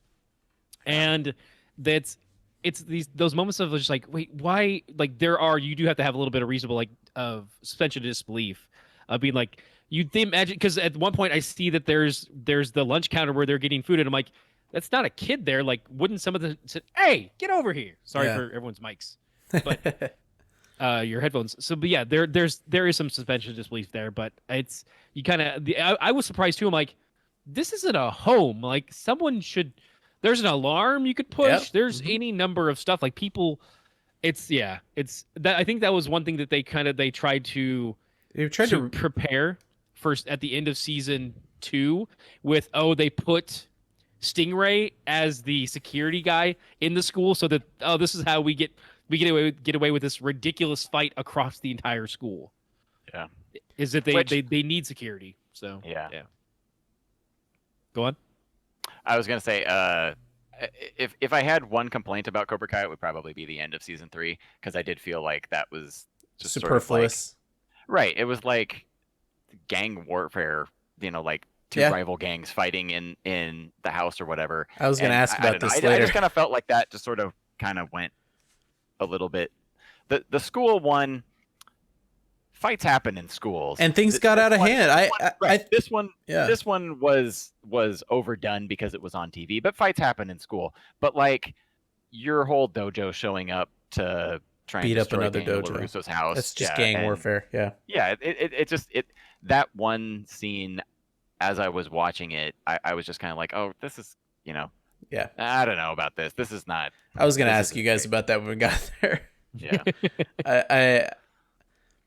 I think it does not. The show does not seriously degrade in quality or anything after season 1, season 2. It doesn't seem to like have dropped off, but I feel like maybe it got up its own butt a little bit. Yeah. And in general, I really liked season 3. I'm just saying, that one part, I was kind of like, I don't know about this. Yeah, absolutely. Season 1. Brings us. It starts with a struggling Johnny Lawrence, who is mimicking Mr. Miyagi's career path, however, is not happy in it, right? So Miyagi was happy to be a handyman, I think, in a weird kind of like he's a Zen kind of way guy, but Lawrence obviously doesn't have the happiness in doing these kind of menial tasks. He's trying to. Didn't he try to like put a TV on a wall and got like really upset with the lady when it wasn't straight or something like that, and then broke the TV? Or yeah. Well, so I mean, we talked about it a little bit. So he's not the maintenance guy for the apartment. That's just where he lives. The job that he has is handyman, and that's like the first time you see him in that role is installing, like cleaning some gutters in one house and then installing the TV on the wrong wall, hypothetically, because she said it's the wall opposite the door, and he's like, yeah, that door. She's like, no, that door. It's like, as a person who's done some handiwork like that, you would imagine that at some point you're like, this wall here, like before you do it. But it's funny though, because it's like even in the coming back to the character of like, and I expect you expect like, oh, this was the villain, so he's just kind of a jerk all the way through. Like when he says like, oh, if I can hang it on the wall, he's like, I got to do the paint, I got to refill the holes. Like another contractor just be like, all right, I'll just hang it on that wall, but I'm gonna leave all these holes here. I'm gonna do all this stuff, and in my head, I'm like, well, he's doing the full job. He's actually saying I'd have to replace all this stuff, and I'm in my head as a person who's done that type of handiwork. I'm like, he's not all bad, okay? He's actually gonna fix your wall afterwards. Like another contractor just be like, fine, I'll put it over there. I'll charge you for that, and then I'll leave the holes there for another contractor to fix. Yeah. But that's my own headspace. Doesn't Miguel at the very beginning? Doesn't Miguel like ask him to fix something? I thought that he was like, some kind of handyman for the apartment, because I thought when Miguel talked to him at first, he was trying to get him to do something. When he first talks to Miguel, in the original movie. yeah, it's actually the funny thing is that because I just watched it, he just asked him like, "Hey, is your water pressure low? Like ours is really low too." And he's like, "It's a shit house. This is Reseda. It's a shit house. It's got shit pipes." And the only good thing about it is I don't have to talk to anybody. Now you've ruined that. So. Oh, okay. Okay. Yeah, no, it's just what if had I not just rewatched it last night, I would have had the same context in my head. I mean, in general, things definitely get slightly better for Johnny once he decides to open a dojo, but they don't overall immediately, right? And so I was curious before I don't know if we want to even at this point today like break down season by season, episode by episode or anything like that, but before we get into all that, Johnny is a tough character to base a show on because given where they start him off, you either have to try and redeem him completely and show that he is a good man actually, or you use him as a, what's the right word for the anti-hero kind of protagonist, right? He's going to be a mean guy the whole time, and the people around him are going to be the people you root for, kind of like a Breaking Bad situation. Like Butcher on The Boys. Yeah, or Butcher on The Boys, that kind of stuff. Anti-hero. That's exactly what I think of when you say it. I think, that type of character. But Johnny, what they've done so far is not make him an anti-hero. They're trying to show you that he didn't need redeeming as much as he needed to confront who he wanted to be, right? When he talks to Allie about, when he's sitting down with Allie in season 3, it becomes about, I didn't grow up to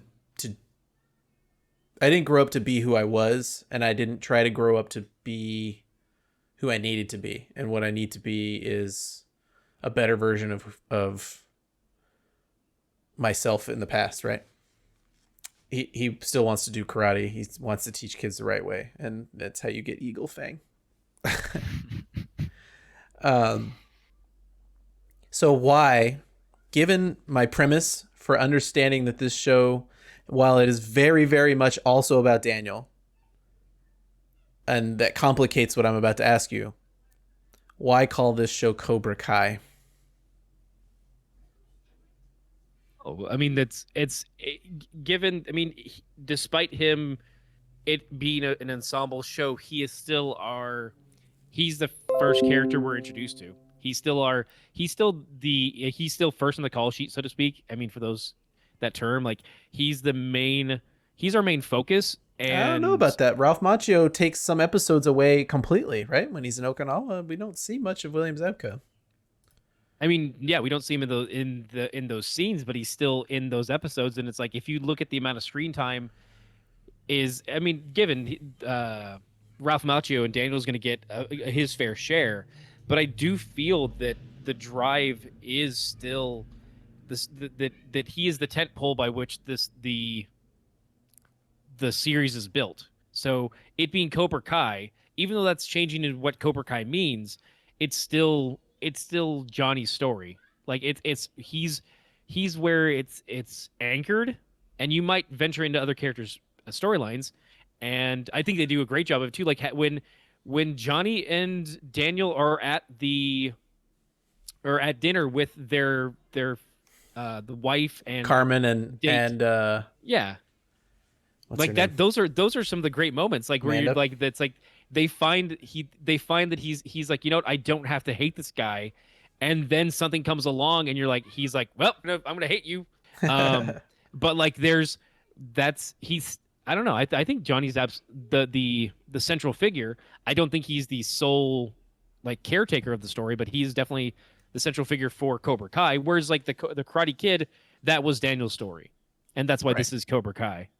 Right. The Karate Kid starts with Daniel moving across the country and ends with him winning the tournament. And Cobra Kai, the series, starts with the resurrection of the dojo and its path. But what Yeah. Cobra Kai means in the past is what Daniel has to confront, right? Daniel tries to confront in the first season the fact that Cobra Kai isn't Cobra Kai that he grew up with or that he tried to train at. It's a different type of Cobra Kai because Kreese isn't there and all that sort of stuff. By season 3, Cobra Kai has now devolved into what it used to be, right? Yeah. Cobra Kai and its teaching in the show's thesis is wrong, just like it was wrong in the movies. And so I wonder whether or not, I mean, Miyagi-Do is the wrong title also. I would not have titled this show Miyagi-Do, but titling it something like LaRusso is also probably wrong, right? It's not entire. I would argue that he is a tandem by the 3rd season main character, that we have 2 main characters, because if we don't have 2 main characters, I don't care about what Johnny's doing, right? It's weird they didn't try to come up with another name evocative of Karate Kid that wasn't about only the quote-unquote evil dojo, because it ends up meaning the same problem Battlestar Galactica had, Ken. You can't keep the Battlestar Pegasus alive because it's not Battlestar Pegasus, it's Battlestar Galactica. So it's Cobra funny. Kai has to stay around this entire time. Johnny can't say Cobra Kai is dead, Eagle Fang is the only karate now. Yeah. Oh, that's the thing is, in my head, I postulated because like, oh, it's called Cobra Kai because that's what you remember from your childhood about. I mean, aside from Daniel LaRusso, you do remember Cobra Kai. It's a very, I mean, no pun intended, striking name. And so it is there. And in my head, I'm like, yeah, it's good branding. But then everyone, the other 2/3 of the podcast said, I didn't know it existed until it showed up much, much later. And I'm like, oh, okay, I guess I just had my ear to the ground. So I did hear about it because of, different parameters, but it slipped past other people as well. Well, those same people that you could get to admit they know what wax on, wax off are, half of them won't remember the name of the bad dojo or Johnny Lawrence. That's true. It's interesting. Yeah. It's also, I mean, it's hard. I mean, it's Well, they interesting. definitely because, shouldn't have named the show Johnny Lawrence. That would have been a disaster. Yeah. Yeah. It's funny because it's like much like the Star Wars thing where you discuss like, oh, what did those viewers think of the Mandalorian episode? Oh, they didn't know who these people were. Sure. My circle, the circle I'm in, like everyone knew Cobra Kai, so it was an easy connection. Whereas if you do have more non pop culture centric people, it skips right past them, and so they don't know Cobra Kai. They remember Wax On, Wax Off, but they don't remember that his name was Johnny Lawrence. They just get kind of those little nuggets. I think what you end up with is a situation where you can't name it Karate Kid because they're not kids anymore. The story may be partially about how they're teaching the kids, but if you name it Karate Kid, I don't think it's got the right connotation. I think Cobra Kai is better than Cobra Man. I mean, than Karate Cobra Man. Man is also, yes, not a good name. I meant Karate Man, but yeah. Karate Man. Yeah, not Yeah. so great.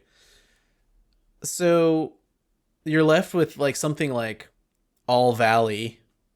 And it doesn't make much sense, or like you know what? I think that they made the right choice. I think they made the right choice weirdly, but it leaves them buttoned into having to keep Cobra Kai alive the whole time. But I think you end up with that being almost your only choice because otherwise it's not about also Johnny. If you call it Miyagi-Do, it's only about Daniel. Yeah, I think that also too, if we in the context that maybe we do have, like we say we go to season 4 and maybe 5, and then like they have an idea for a story, and they finish it when their story is finished, and then so it's like hypothetically in the next season or two, we do get a bit of a finality to the John Kreese story, and then going forward, I don't see Miyagi-Do opening up and maintaining past getting rid of Kreese. I don't see him still having students in Miyagi-Do, but I can still see Johnny continuing to be a sensei and teaching karate in that dojo.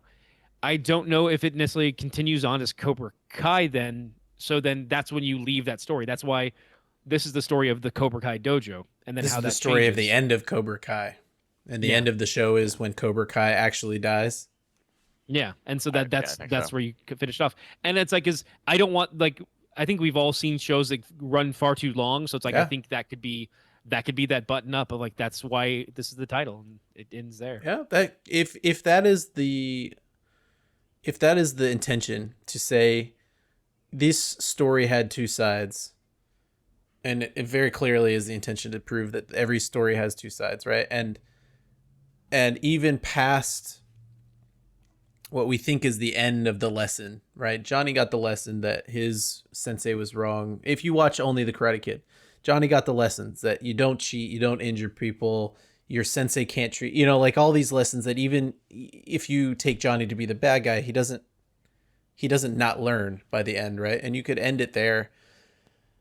There's a really cool and striking thing about about naming the show Cobra Kai that I didn't get until you guys started talking, because I thought about it for a long time, and I wrestled with like, why would it be Cobra Kai and not something else?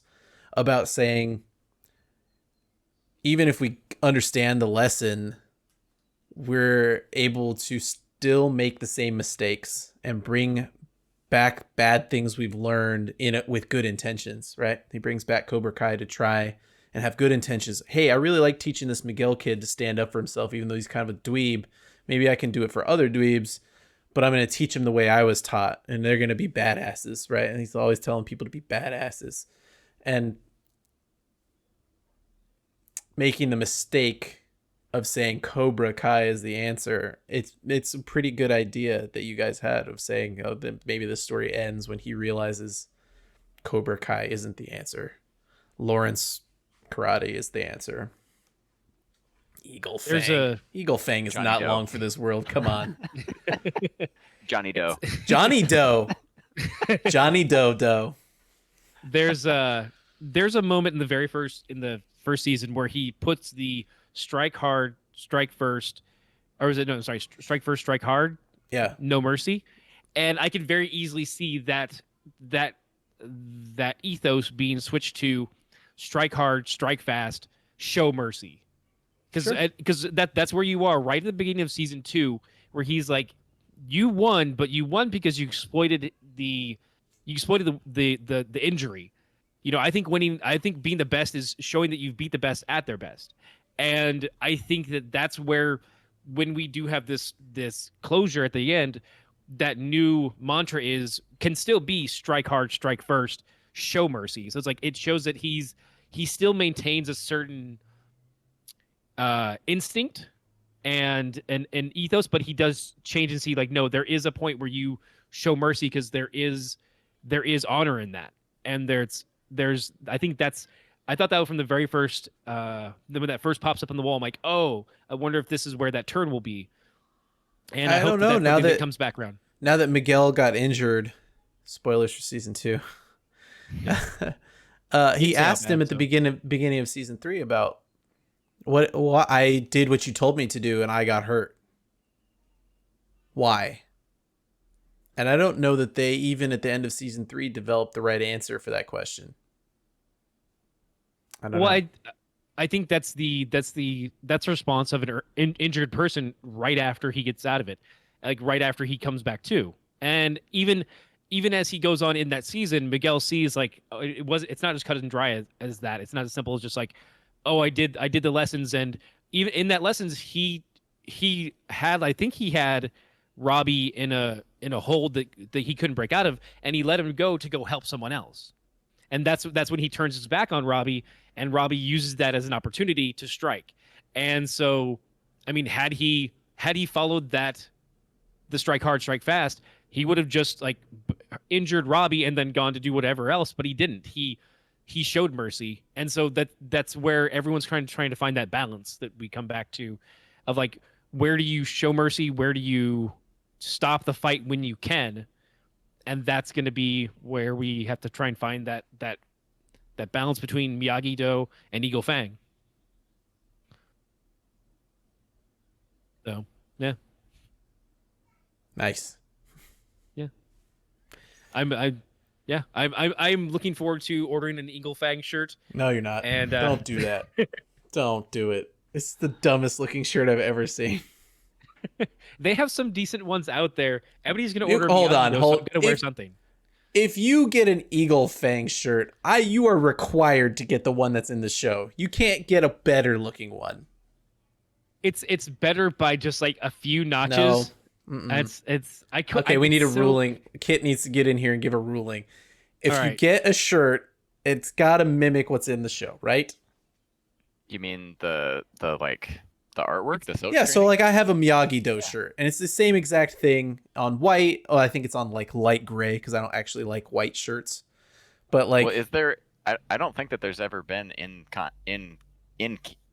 universe. I don't think that there's ever been a Miyagi-Do T-shirt. Is there? oh no t-shirt. But like, if you're gonna get the design right of like the dojo, I don't think there's a Cobra Kai the tree, t-shirt the- either. the- Yeah, I have the bonsai tree on the bonsai in front of the sunset. Yeah. Yeah. So like that's the t-shirt that I went and got. And I know there's a lot of people that went out and got the Cobra Kai logo on their shirts, even though why would you do that? Because you're just saying you're the bad guy. Well, they even addressed that in the show. Somebody says, is it the guy who's inspecting his somebody says like Cobra Kai, that's a badass name for a dojo. Yeah. It's Stingray. Is it Stingray's. Stingray? Okay. It's, Yeah, I yeah. can't Stingray's remember who says it, but yeah, somebody even says that. God, Stingray.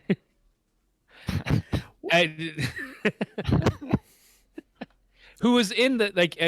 Ken is furiously trying to converse and also find artwork to rebuttal my point that if you're gonna wear an Eagle Fang t-shirt, I feel like It has- this T-shirt needs to be red, and it should have essentially the same artwork. Like I don't know if they can get the exact same artwork, but it needs to be. there It is needs to be the eagle head with the bloody fang. so I got an officially licensed shirt. So there's the places doing licensed shirts, so they can get the Okay. artwork.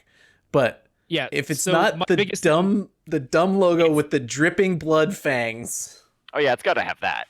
It's It got to does be a have red that. shirt, and it has to have that. Yeah. It's not red because I don't like red shirts. okay, And you can so change it's the black. shirt color. I'm okay with the shirt color getting changed because I don't like white on a t-shirt. I don't know about that. You can't wear you can't get a not black and yellow Cobra Kai T-shirt. I mean, that just seems wrong. Yeah, it does seem wrong. Okay, but my shirt's off white that I got. That's I don't know. I'm okay. I'm okay if you don't like red, but I feel very strongly that if the artwork has been redone to make the Eagle Fang look good, that is not the Look point. less ridiculous than Yes. I'm missing the point. You're missing the point entirely if you don't wear the actual logo, the bloody fangs. I will try and find it. It's a black shirt. That's the biggest change, is that it's a black shirt, not a red shirt. Mainly because I don't like Well, red. Then for the most I part. don't know who you're supporting. Yeah, because you're are you really still? wearing Cobra Kai colors, See, but that's you've why got he the changes wrong it to imagery red. on Yeah, it, so, exactly. yeah. That's why he changes it to red. Now I'm confused. I am confused too. That argument is fair. I secede the argument in the context that there are certainly school colors or house colors interesting. that It's interesting. I just realized this now. You've got Miyagi-Do as white and Cobra Kai as black. And they did that on purpose. And it's something yeah. you would have known before. But like, it's interesting that they went with red for Fang instead of gray. To say like not he's just as a Well, although like if we were pretending that this was the real world and you showed up at a karate tournament in a gray gi, that would just look dirty. Like you had an old dirty. That's true. Yeah, if you had a used gi, you'd have gi, white, yeah. black, red, Yeah. yellow. I guess he doesn't have the money for gi anymore. Yeah, that's the thing too. Is like it's funny because when they're studying in the park. I guess we're on to season 3 now. When in the park, they're just wearing the t-shirts. They're not. He's like, it's about branding now. Like it's not like they're not in their gis and stuff like that. They're like, no, Yeah. just we're doing this on the cheap. Yeah, I like 'Cause most of his students. It's a little tight. Wear it. I would be surprised if they didn't have red gis at the next tournament, though. Do you think? Do you think they end up competing under one name, or do they split dojos again for the tournament? Oh yeah. Yeah, I don't know. I guess they could. Because I wouldn't put it past Johnny to say no, my guys are not Miyagi-Do guys, but Yeah. But Daniel just say everybody can be Miyagi-Do after they train together, right? I don't know. Yeah. He seems open to the idea that Miyagi karate has to incorporate more things than Mr. Miyagi taught him, right? Like the arm move he uses on Kreese and all that sort of stuff. Yeah. And recognition. We're talking towards the end of season 3, and I think we will later too. But recognition that Johnny has always been and will always be a better fighter than him, and so he should probably listen to or let the kids learn some of the things that he knows, right? Yeah, that's going to be the interesting point to that's another thing I'm curious about too, is like how far do we progress in season 4? Yeah, what's the time jump? Do we get to the tournament? Yes. Which I think we. Yeah. And so it's like, is that going to be? Yeah, where does that go? Where does that take us? Because there's going to be like the growing pains within the Miyagi dojo, and how do they find their balance and then still find time to push forward to the tournament. It's funny because we've gone on about 2 hours and there's still a lot of stuff that we haven't touched on too. Yeah, we're gonna have to do another one next month. Yeah, the characters that have kind of come in and stepped in and out, and that I miss and hope they bring back. So, who do you miss? Aisha. I miss that we lost a female person of color, and that she. I think when at first I heard it, but when it first happened, they said she moved away. So I assume that means that they're not bringing her back, or if they do, it's a surprise for next season or something. Which, by the way, if I was her father, I would have done the exact same thing. Yeah, of course. If that had happened, I would have been like, "You're changing schools." Yeah. And you're never talking to Sam again. He's wealthy too, because he came from the wealthy side, and so did she. It's like, so they touch on that in the first season, but also that's a character that in season 3 wouldn't have had an easy space to fit into because of the story they were telling. Right. Like it's that we do lose, and then you also have the argument of you lost a woman of color and you brought in another white girl, and you with Tori, and so, but I don't see where Aisha's story would have fit into season 3. Because she would have essentially just stood alongside Hawk, who we barely even talked about the kids and Hawk and what his story arc is in the first season through to the next season. But where does she fit in that story? Because it's otherwise she stands parallel to Hawk, or she stands next to Miguel, and where does her story fit? So it's they took time to give other people's stories, which is it's fine because they do need to have positioning for where do you move forward. What does the Cobra Kai dojo look like at the end of season 3? Well, okay, so you've got Robbie and you've got Tori and you've got Kyler, so you do have these characters, but where does Aisha fit in through that story arc? And I don't know where she would have easily, to pay time to other characters, I don't know where they would have fit her in. So if she's out for a season and they move back, I'd be happy because I do want that character to still have that role. She has a great storyline through the first 2 seasons. And so I think that's I can see why they stepped away from her for a moment, because they had a different story to tell with Tori, and because Tori also helps to ground Kreese's story. So it's you're serving a lot of different storylines. So too many tough. Masters. Yeah, exactly. I do hope that she comes back, though. I mean, I was just saying that if I was a parent and this was a real world situation, I think that her dad was the only sane parent. Out of all of those kids. Yeah. Parents. I feel if you're looking ahead, which is what they were doing at seasons 2 and 3, and what you have planned and what you need to get through, they had to trim characters. They had to. I mean, they even trimmed one of Daniel's own kids out of the show just to make the sake for time. You know what I mean? So yeah, she is a good character. She added dynamism and diversity to the show. I don't think this show lacks for diversity. Luckily, they film in and are doing characters from LA, you know, and so Miguel is, you know, you've got multiple people of Hispanic descent, and, you know, it's tough to lose a character in general that didn't do anything wrong. But given who she was in the story, you're absolutely right that she's just going to sit on the sidelines of the story anyway, and it's going to complicate whose side she's on, etc. like that. And if there's plans for her in the future, it's easier to just remove people and say these people were gone, and so they don't have to complicate their story further. That's my opinion. I mean, in terms it's of a lot of cast in this show. It's a very surprising amount of cast in this show, and a lot of people they're trying to tell stories about.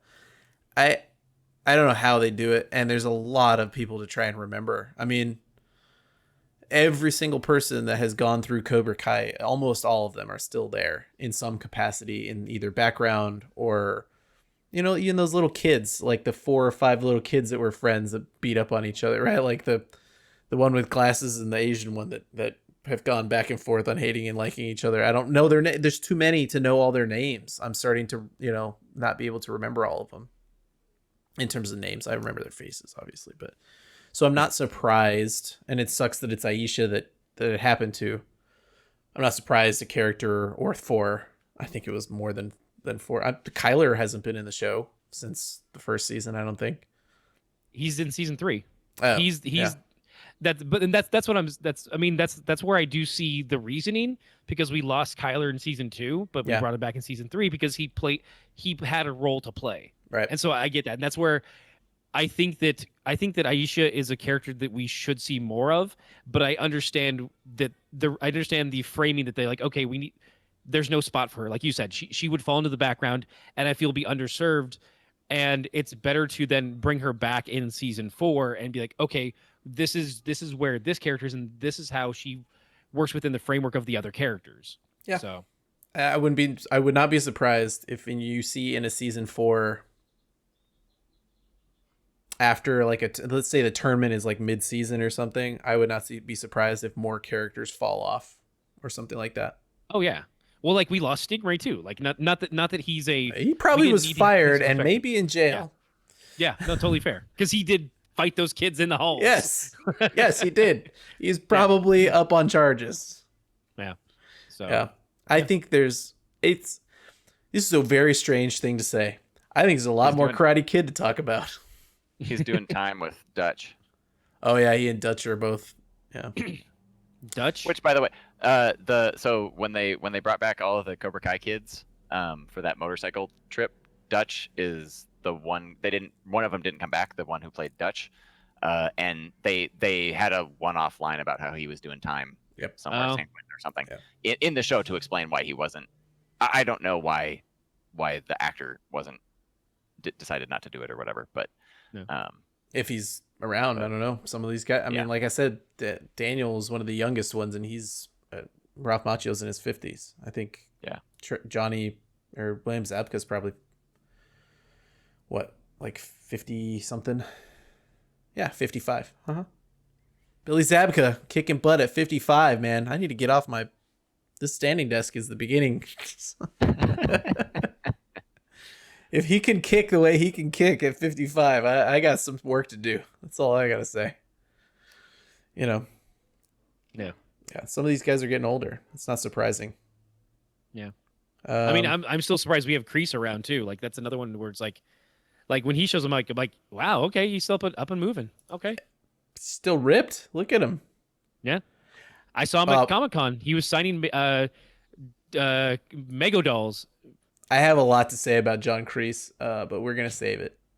Yeah. Save it for season 2. Let's just save it when and 3, because John Kreese is season 3, right? Yeah. A lot of it. I just wanted to say that when I did hear about the show, I went right home and signed up for whatever the service was, and like literally that was all that YouTube needed to do was to tell me like, hey, this exists, and they got a sale of 1 month out of me. They could have had me sign up instantaneously, but I went home and watched it. It was totally not what I was expecting. I did go into it with fairly low expectations. I wasn't expecting a lot, even though the person who was talking about it gave it a glowing review and said, "Man, the show is really, really good." I was like, "All right." Well, I mean, I'm definitely going to go check it out, but like, I'm not expecting this to be good. A story about Johnny Lawrence and like the other side of the story and whatnot. But like, it really wasn't. I definitely was not expecting it to be as good as it was, and it was definitely surprising the direction. Like, I kind of knew ahead of time that it was like that Johnny was the main character, and that it sort of flipped everything, and that Daniel, like now Daniel was the rich guy and Johnny was the poor guy and whatnot. But pretty much everything else was very surprising to me, the direction that they took it, and the great use of parallels and all the different little Easter eggy stuff and whatnot, and it hooked me. And I watched that season, and then I rewatched that season, and then, like, I don't know, like maybe a month or two later, season 2 came out, and I watched season 2 in like 2 days. Yeah. It was like it came out on like Tuesday, and like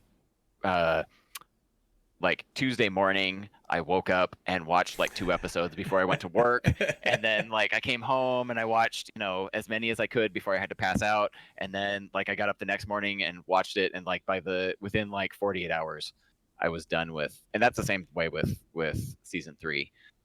It's very bingeable. Yeah. I mean, if you break it in half, it's 2.5-hour movies, right?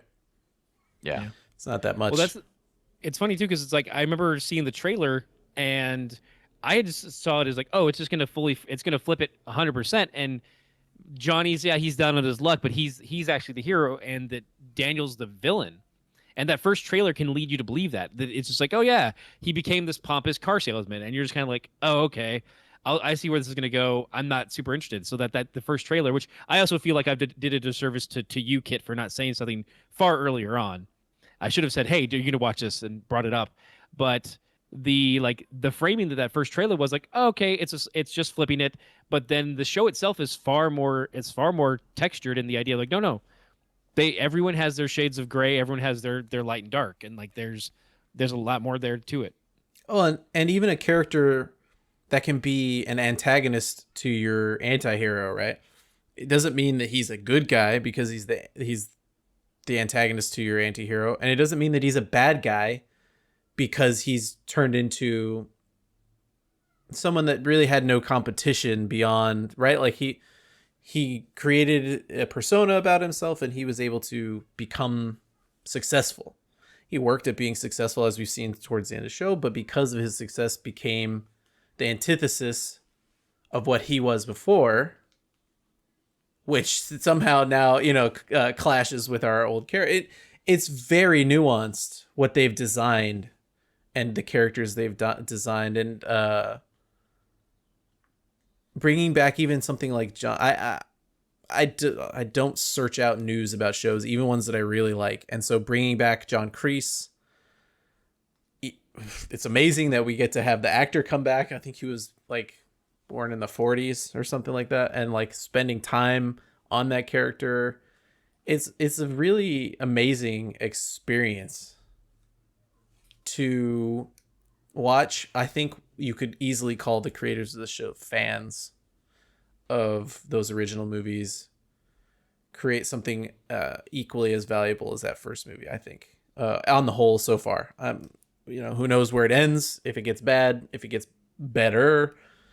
But if you take the best parts of what's available here, yeah, maybe you could trim out a lot of this high school drama. You could probably make each You could probably make each of these seasons 2 episodes shorter just by cutting out some of the stuff that they feel like they have to explain what high school kids are doing. You know?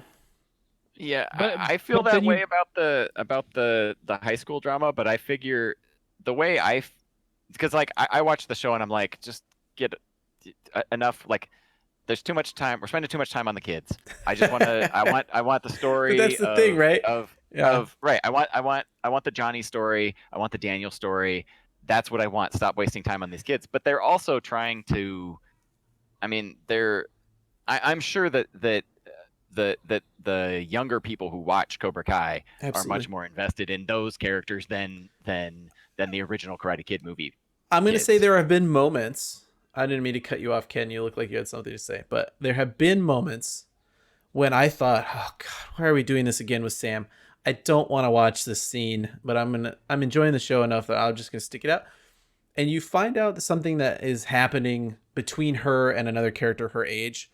And her dad, who's ostensibly somebody that we are rooting for, that we like, that we want to be a good father, that we were like, yes, I could be Ralph Macchio. This is cool.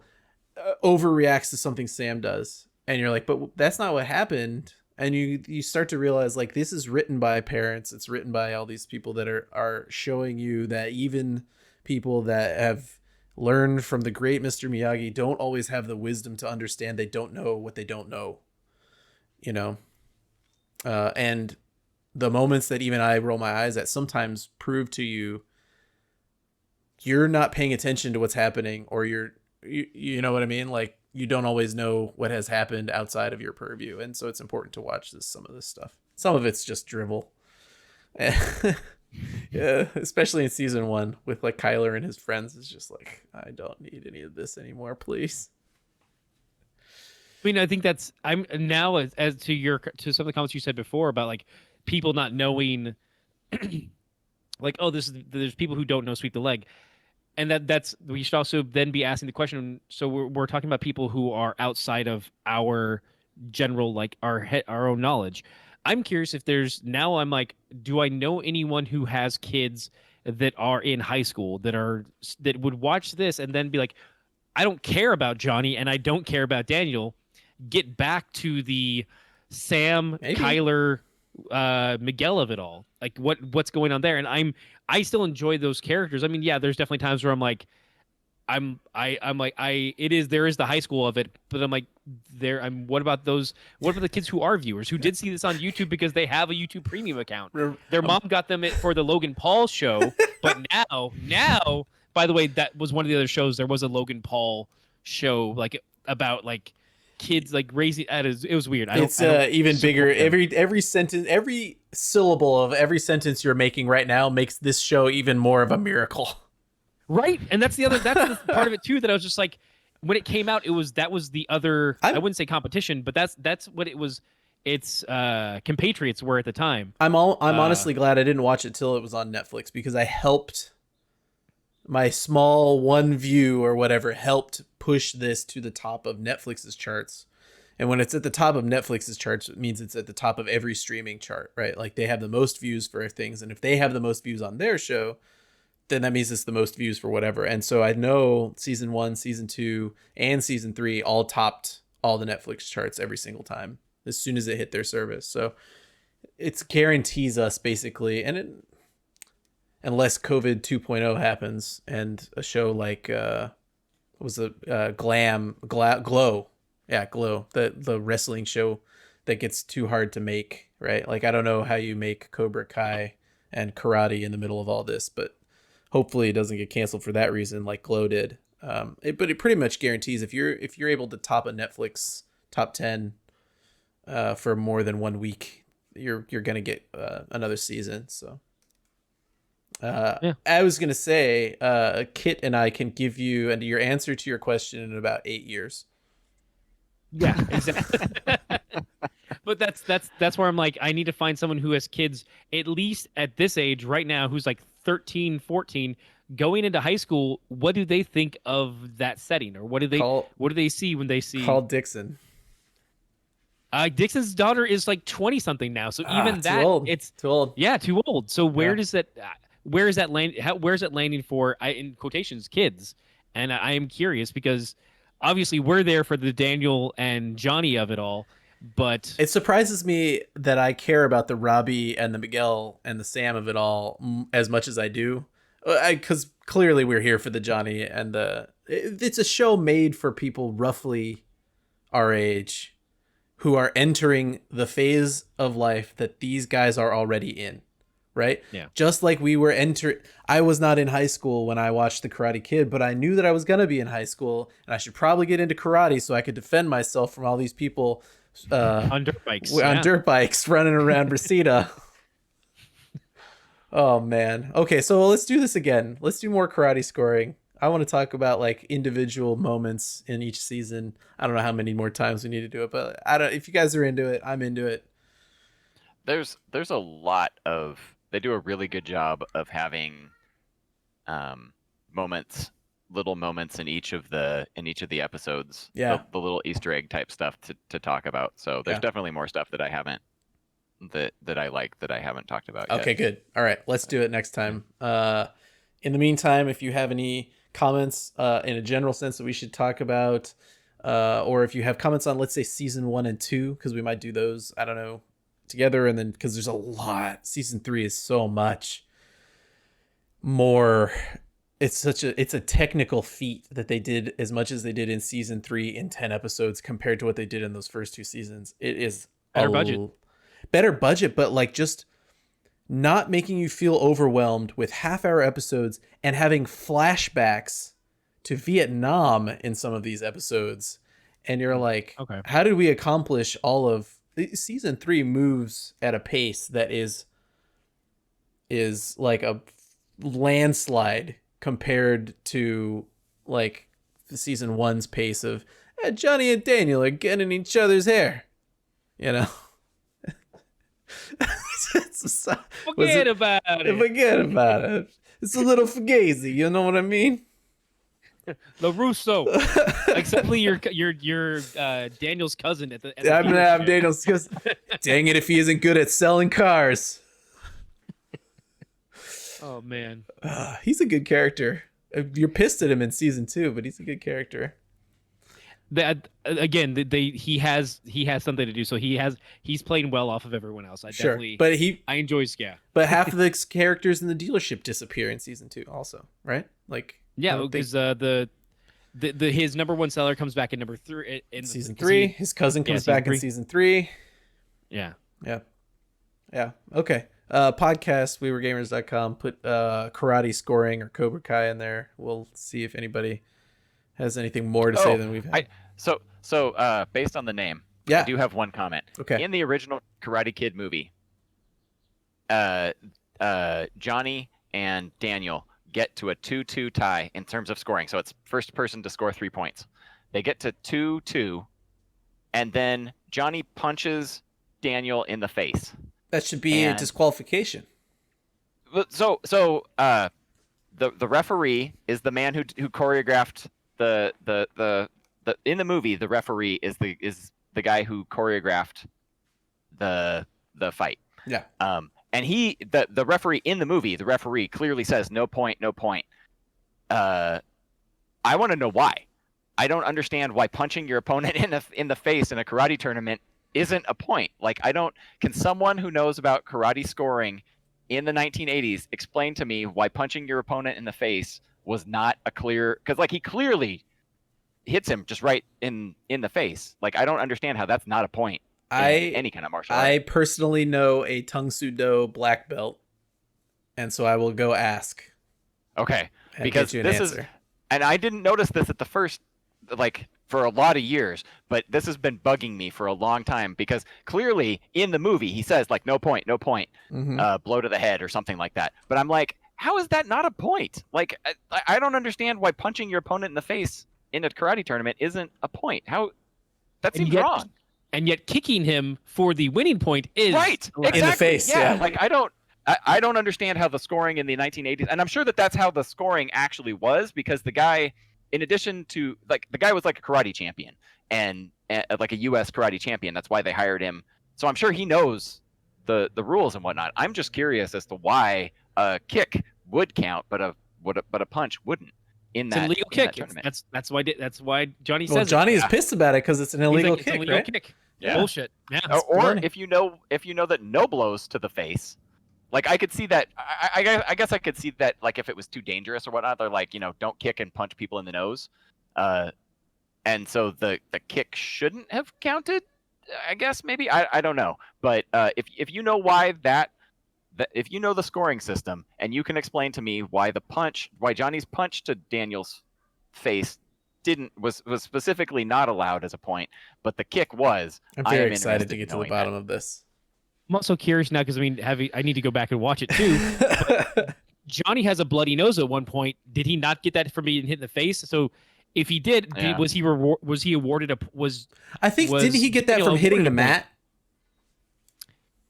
I don't remember. Again, I guess Details we of how all he need got to it. do a refresher on the original Karate Kid, as well as 2 and 3, and next Karate Kid for once we do the next podcast. Oh, But- don't watch 3. Don't. It's got Pat Morita. Why wouldn't I? I would rather watch at this point right now. I would rather watch the next Karate Kid with Pat Morita than watch the improperly titled Kung Fu Kid with Jaden Smith. So that's I will where say- I'd land there. I had a lot of fun trying to explain the plot synopsis of Karate Kid 3 to my wife, and her looking at me in disbelief as I was like, so this guy served in Vietnam with Kreese, who faked his own death, and they are now and now he's a disreputable toxic waste he takes care of toxic waste, but he doesn't really take care of it. He just like buries it where he's not supposed to bury it, and it leaks everywhere. And they're gonna hire this other guy who's like a karate champion to come in and menace Daniel so that they can trick Daniel into joining Cobra Kai so that they can turn the tables on him and trick him at the end. And she's just like looking at me, and I'm like, no, I'm serious. This is actually the plot of Karate Kid 3. What about the plot of Karate Kid? The next Karate Kid. What do you got to talk about? Well, Which, that by the way, one- also I actually liked the one with Hilary Swank. I thought that because it's much more it's more of a reboot of the first movie as opposed to most of my problems with Karate Kid 3 is just like the really convoluted plot and like that, and just sort of it just sort of never being a realistic, believable plot. Isn't Hilary enough. Swank in another Karate Kid movie happening? No, I believe I think there's already been talk of her coming back for Cobra Kai, Oh, okay. but I Which don't know would about make sense. confirmed. Yeah, again because she did know Mr. Miyagi. She's Right. Sure. like it's the same character, so It's like same that's why universe, yeah. So it's like It was that's basically that was where they wanted to go after Ralph Macchio got too old to be a high because- schooler anymore? right. Like even though in the real world those movies, the first Karate Kid came out in 1984 and the second one or the third one came out in like 1990, I think 91, something like that. But like, and then like next Karate Kid came out a few years after that. But like the Karate Kid 3 is only set 1 year. It's the next tournament, so the next year's tournament, even though it was like 5 or 6 years after in real world time. But like, I mean, Ralph Macchio was already in his 20s when they filmed the first Karate Kid in 1984 or 83, and then came out in 1984. So like he was probably 30 when when Karate Kid 3 came out. So like he was. It's 10 years after. It's 94 for the next Karate Kid with Hilary Swank. okay, yeah. Okay, So, so they I mean that's why they had to go with the a different artist- kid. the Hurwitz guy that writes the show said that anything that happened while Pat Morita was Mr. Miyagi is fair game for Cobra Kai and considered in canon. I'm Agreed. okay with that. Yeah. I'm perfectly happy if they can get Hilary Swank to come back and. Be I think Cobra you Kai. have to have Hilary Swank though. Don't bring her back if it's not her. Oh yeah, no, yeah, I mean, I don't- Yeah, I agree. and I mean, I'm not saying that they couldn't get her because it's not like they can get it's her. not like yeah, but I mean, like She's on she has Netflix had- already. She's got a show on Netflix. Okay. Well, She's got it's called I'm just Away. saying, like I could see. Well, I don't know. I guess is that Ken? Do you have the IMDb page up? Is this like one of Hilary Swank's early roles? It's one of her first, if not her first. Okay, because I believe that I think it's like Boys Don't Cry and then Allie, this. Elizabeth Shue. Well, I mean, I think Karate Kid was her first movie. As far as headlining, I think that's correct. So I think she might have some she might have had some extra like nostalgia about it. Like, oh, this is my first movie. This is where I got my big break. Yeah. You know, that might have been like an extra little bit of push. Next Karate Kid was her first. She was in Buffy and then Next Karate Kid. Okay. So maybe it's the same type situation. Maybe she'd be willing to come back. She's already. I mean, if it's really easy, if somebody's already signed with Netflix, she has a show on there called Away, who she's the main character in. I watched a little bit of it. It's all right. If you're into mindless space drama kind of stuff, not mindless, I guess, but if space drama and not like space, so I would like put like Expanse is space, or science fiction, kind of like more that venue. And if you're into more like drama with space stuff, drama. Yeah, okay. Like that's Away is more your speed. So she's on there. I mean, it wouldn't be hard for them to be like, so we got this other show. Yeah. Well, and I was just thinking because I'm pretty sure she's an Academy Award winner, right? Yep, she is. Didn't she win for $1 Million Baby? $1 Million Baby, yeah. Yeah. So I mean, it didn't surprise me that they couldn't get her if it was YouTube, but since it's Netflix, and the show really did, like when Netflix put it on there it's over huge. the summer, like it blew up. Yeah, it is. So huge. It wouldn't surprise me if she would agree, especially if it was like one of her earliest roles. Yeah, a chance. She remembers it well. Yeah, it's not something she looks back on like, oh, it's when I did The Residence. Oh God, never mind. Yeah, like, right. Yeah, but if it's like your first movie and you look at it and people, have a fondness for it in a certain capacity, right? A lot of people do. And even if she has a fondness for it. Right. Yeah. I could imagine someone being like, yeah, I could bring back a character that I haven't thought about in that long, Even Bruce Willis does that kind of stuff. I like how we ended the podcast there. I've yet to see a Moonlighting reboot. I don't think David Addison is going to make an appearance anywhere. But he's no longer David Addison. Now we're going to go on to the Moonlighting podcast. Good heavens. We can't do sub pods unless they have good names that involve scoring. So you have to come up with it first, and then you're allowed to propose it once you have a good name for it. Okay, I guess I got to work on my. Well, see, then I'm just gonna on that premise alone, I'm just gonna be like, okay, how do I title a Die Hard podcast? Because that needs to happen. Because they were talking about doing a Die Hard show too, so it could fit. I'd do a Die Hard podcast. That sounds great. How? Okay, so you're talking about like a series based on Die Hard? It's the young adventures of John McClane. Essentially, was the premise that they had floated, him as a younger cop. I really think because I was gonna say like it's already kind of it's a bit much for me that he's gotten into this many situations past the first Die Hard twice. But they acknowledged that in the second one. I couldn't see him having 10 of those a year. Like it. I don't know. Although I guess you could make it like the show 24 and have it be like one a season, where it's just like multiple episodes within like a 48-hour period. The concept of 24 was good, like one time. The concept of 24. I didn't say the Jack Bauer 20. Just the idea of like, okay, this is what happens in 24 hours is a good concept. I think once, and then you run in. Just trying to get the picture in my mind's eye. I need to know how the Die Hard show would work. What if the Die Hard show is like all interconnected pieces of Die Hard that happened outside of Nakatomi Tower? So like the first episode is Johnson and Johnson, and they're like getting ready to get in the helicopter on their way to Nakatomi, and like, the next Argyle episode getting hired as a as a limo driver. Yeah, exactly. It's like whatever season of Lost that was when they had all the flashback stories. Yeah. Exactly. Yeah. Then the third episode is the Crimson Dawn, who actually the Crimson Dawn are. Yeah. Asian Dawn. Asian Dawn, that's right. Asian Dawn. But then of course there's the German guy who loses his brother and his brother's story. Yeah. But his brother's story, just the one that has ho ho ho written on him, his story. And then there's also, we got to have the Ellis episode.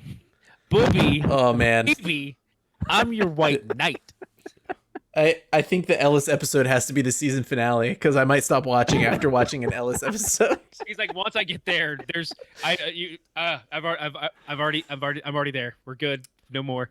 Well, now that we've workshopped $1 million idea for Netflix. For Netflix, because they're listening to us and they know. I mean, if you saw a podcast with the name Karate Scoring, you'd listen. I'm just saying. Yeah. Although, or if you would like us to write your Die Hard show for you, we can be reached at podcasts@WeWereGamers. There you go. Although we named this Karate Scoring, and I just realized we don't know how Karate Scoring works. We literally asked someone to explain to us Karate Scoring. As soon as I proposed that as a title, that was the first thing that I thought of. Is like, we need to find out why this doesn't count because it's been bugging me for years. Well, Ralph Macchio says it's an illegal kick, so we're really going to have to dig into this one. This will probably be the opening for next episode. We'll all come to it with our different research. Well, there's also, I mean, there's, I can tell you right now, there's also like in the meeting in season 3 when they're in the amphitheater where the PTA meeting is happening, where they say like, oh yeah, didn't you fight in a karate tournament? Isn't that an illegal kick? That's actually the guy who developed the kick. Oh yeah. The crane kick. Yeah. Like it's the Horowitz has already done a lot of that we just need to reach out to him and be like, hey, can you answer this? Because you've done the research. So please tell us. All right.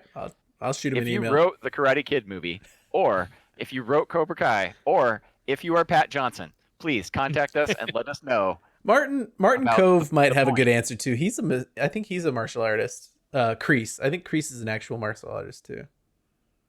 I'm not 100% positive, but I don't think he knew. I don't know about any martial arts, but I don't think he knew any karate. When I'm pretty sure that when they talk about it in the movie extras, I think he said that he didn't know any. Did he learn it after either. Maybe?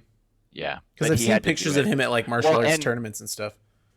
I don't know if he knew no fighting, but I know that he had to do training too, and I think that they talk about them making sure that he trained separately from the kids because they didn't want to try and foster a believable atmosphere of him.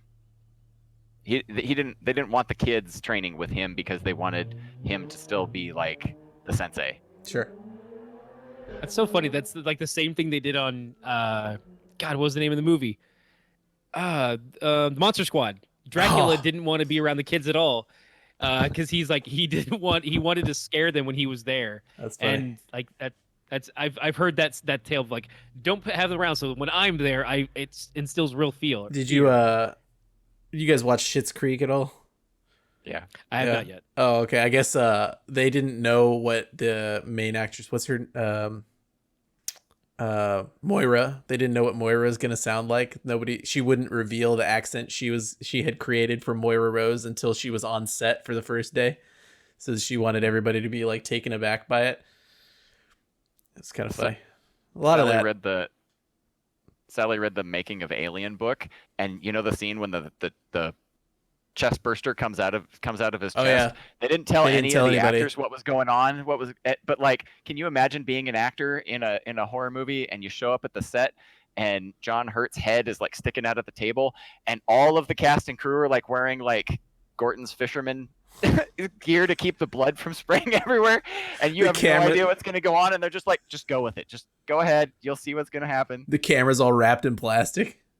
Yeah, that's pretty good. All right, gents, this was fun. We're going to be back soon. It was nice to be back with everybody in 2021. Hope everybody's enjoying this tangent of carbon scoring while we're in a sort of a Star Wars lull. I mean, there's news, there's toys, and we'll build up Republic. Yeah, the books. the Of movies, yeah, the movies books. and TV. Yeah. Yeah, no, it's fair. But I'm saying like we've just gotten several novels and Well, some so I was gonna comics say for is yeah, High Republic. High Republic. High Republic. High Republic Yeah. is out, but I don't know that we've had a lot of time to delve into it. So, when we build up a little critical mass of Star Wars stuff to talk about, we'll be back at carbon scoring, and in the meantime, we'll do some karate scoring. I like it. I'm into it. It's okay to enjoy other hobbies other than Star Wars. And thanks for hanging out, everybody. We'll talk to you again soon. Keep those kicks low, right? Not in the face. Not the face.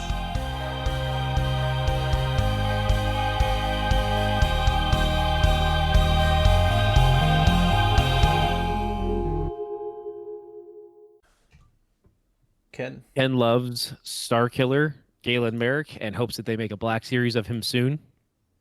And a Juno Eclipse as well as the droid from that series. A 3-pack, like a deluxe 3-pack, would be fine with me. Kid.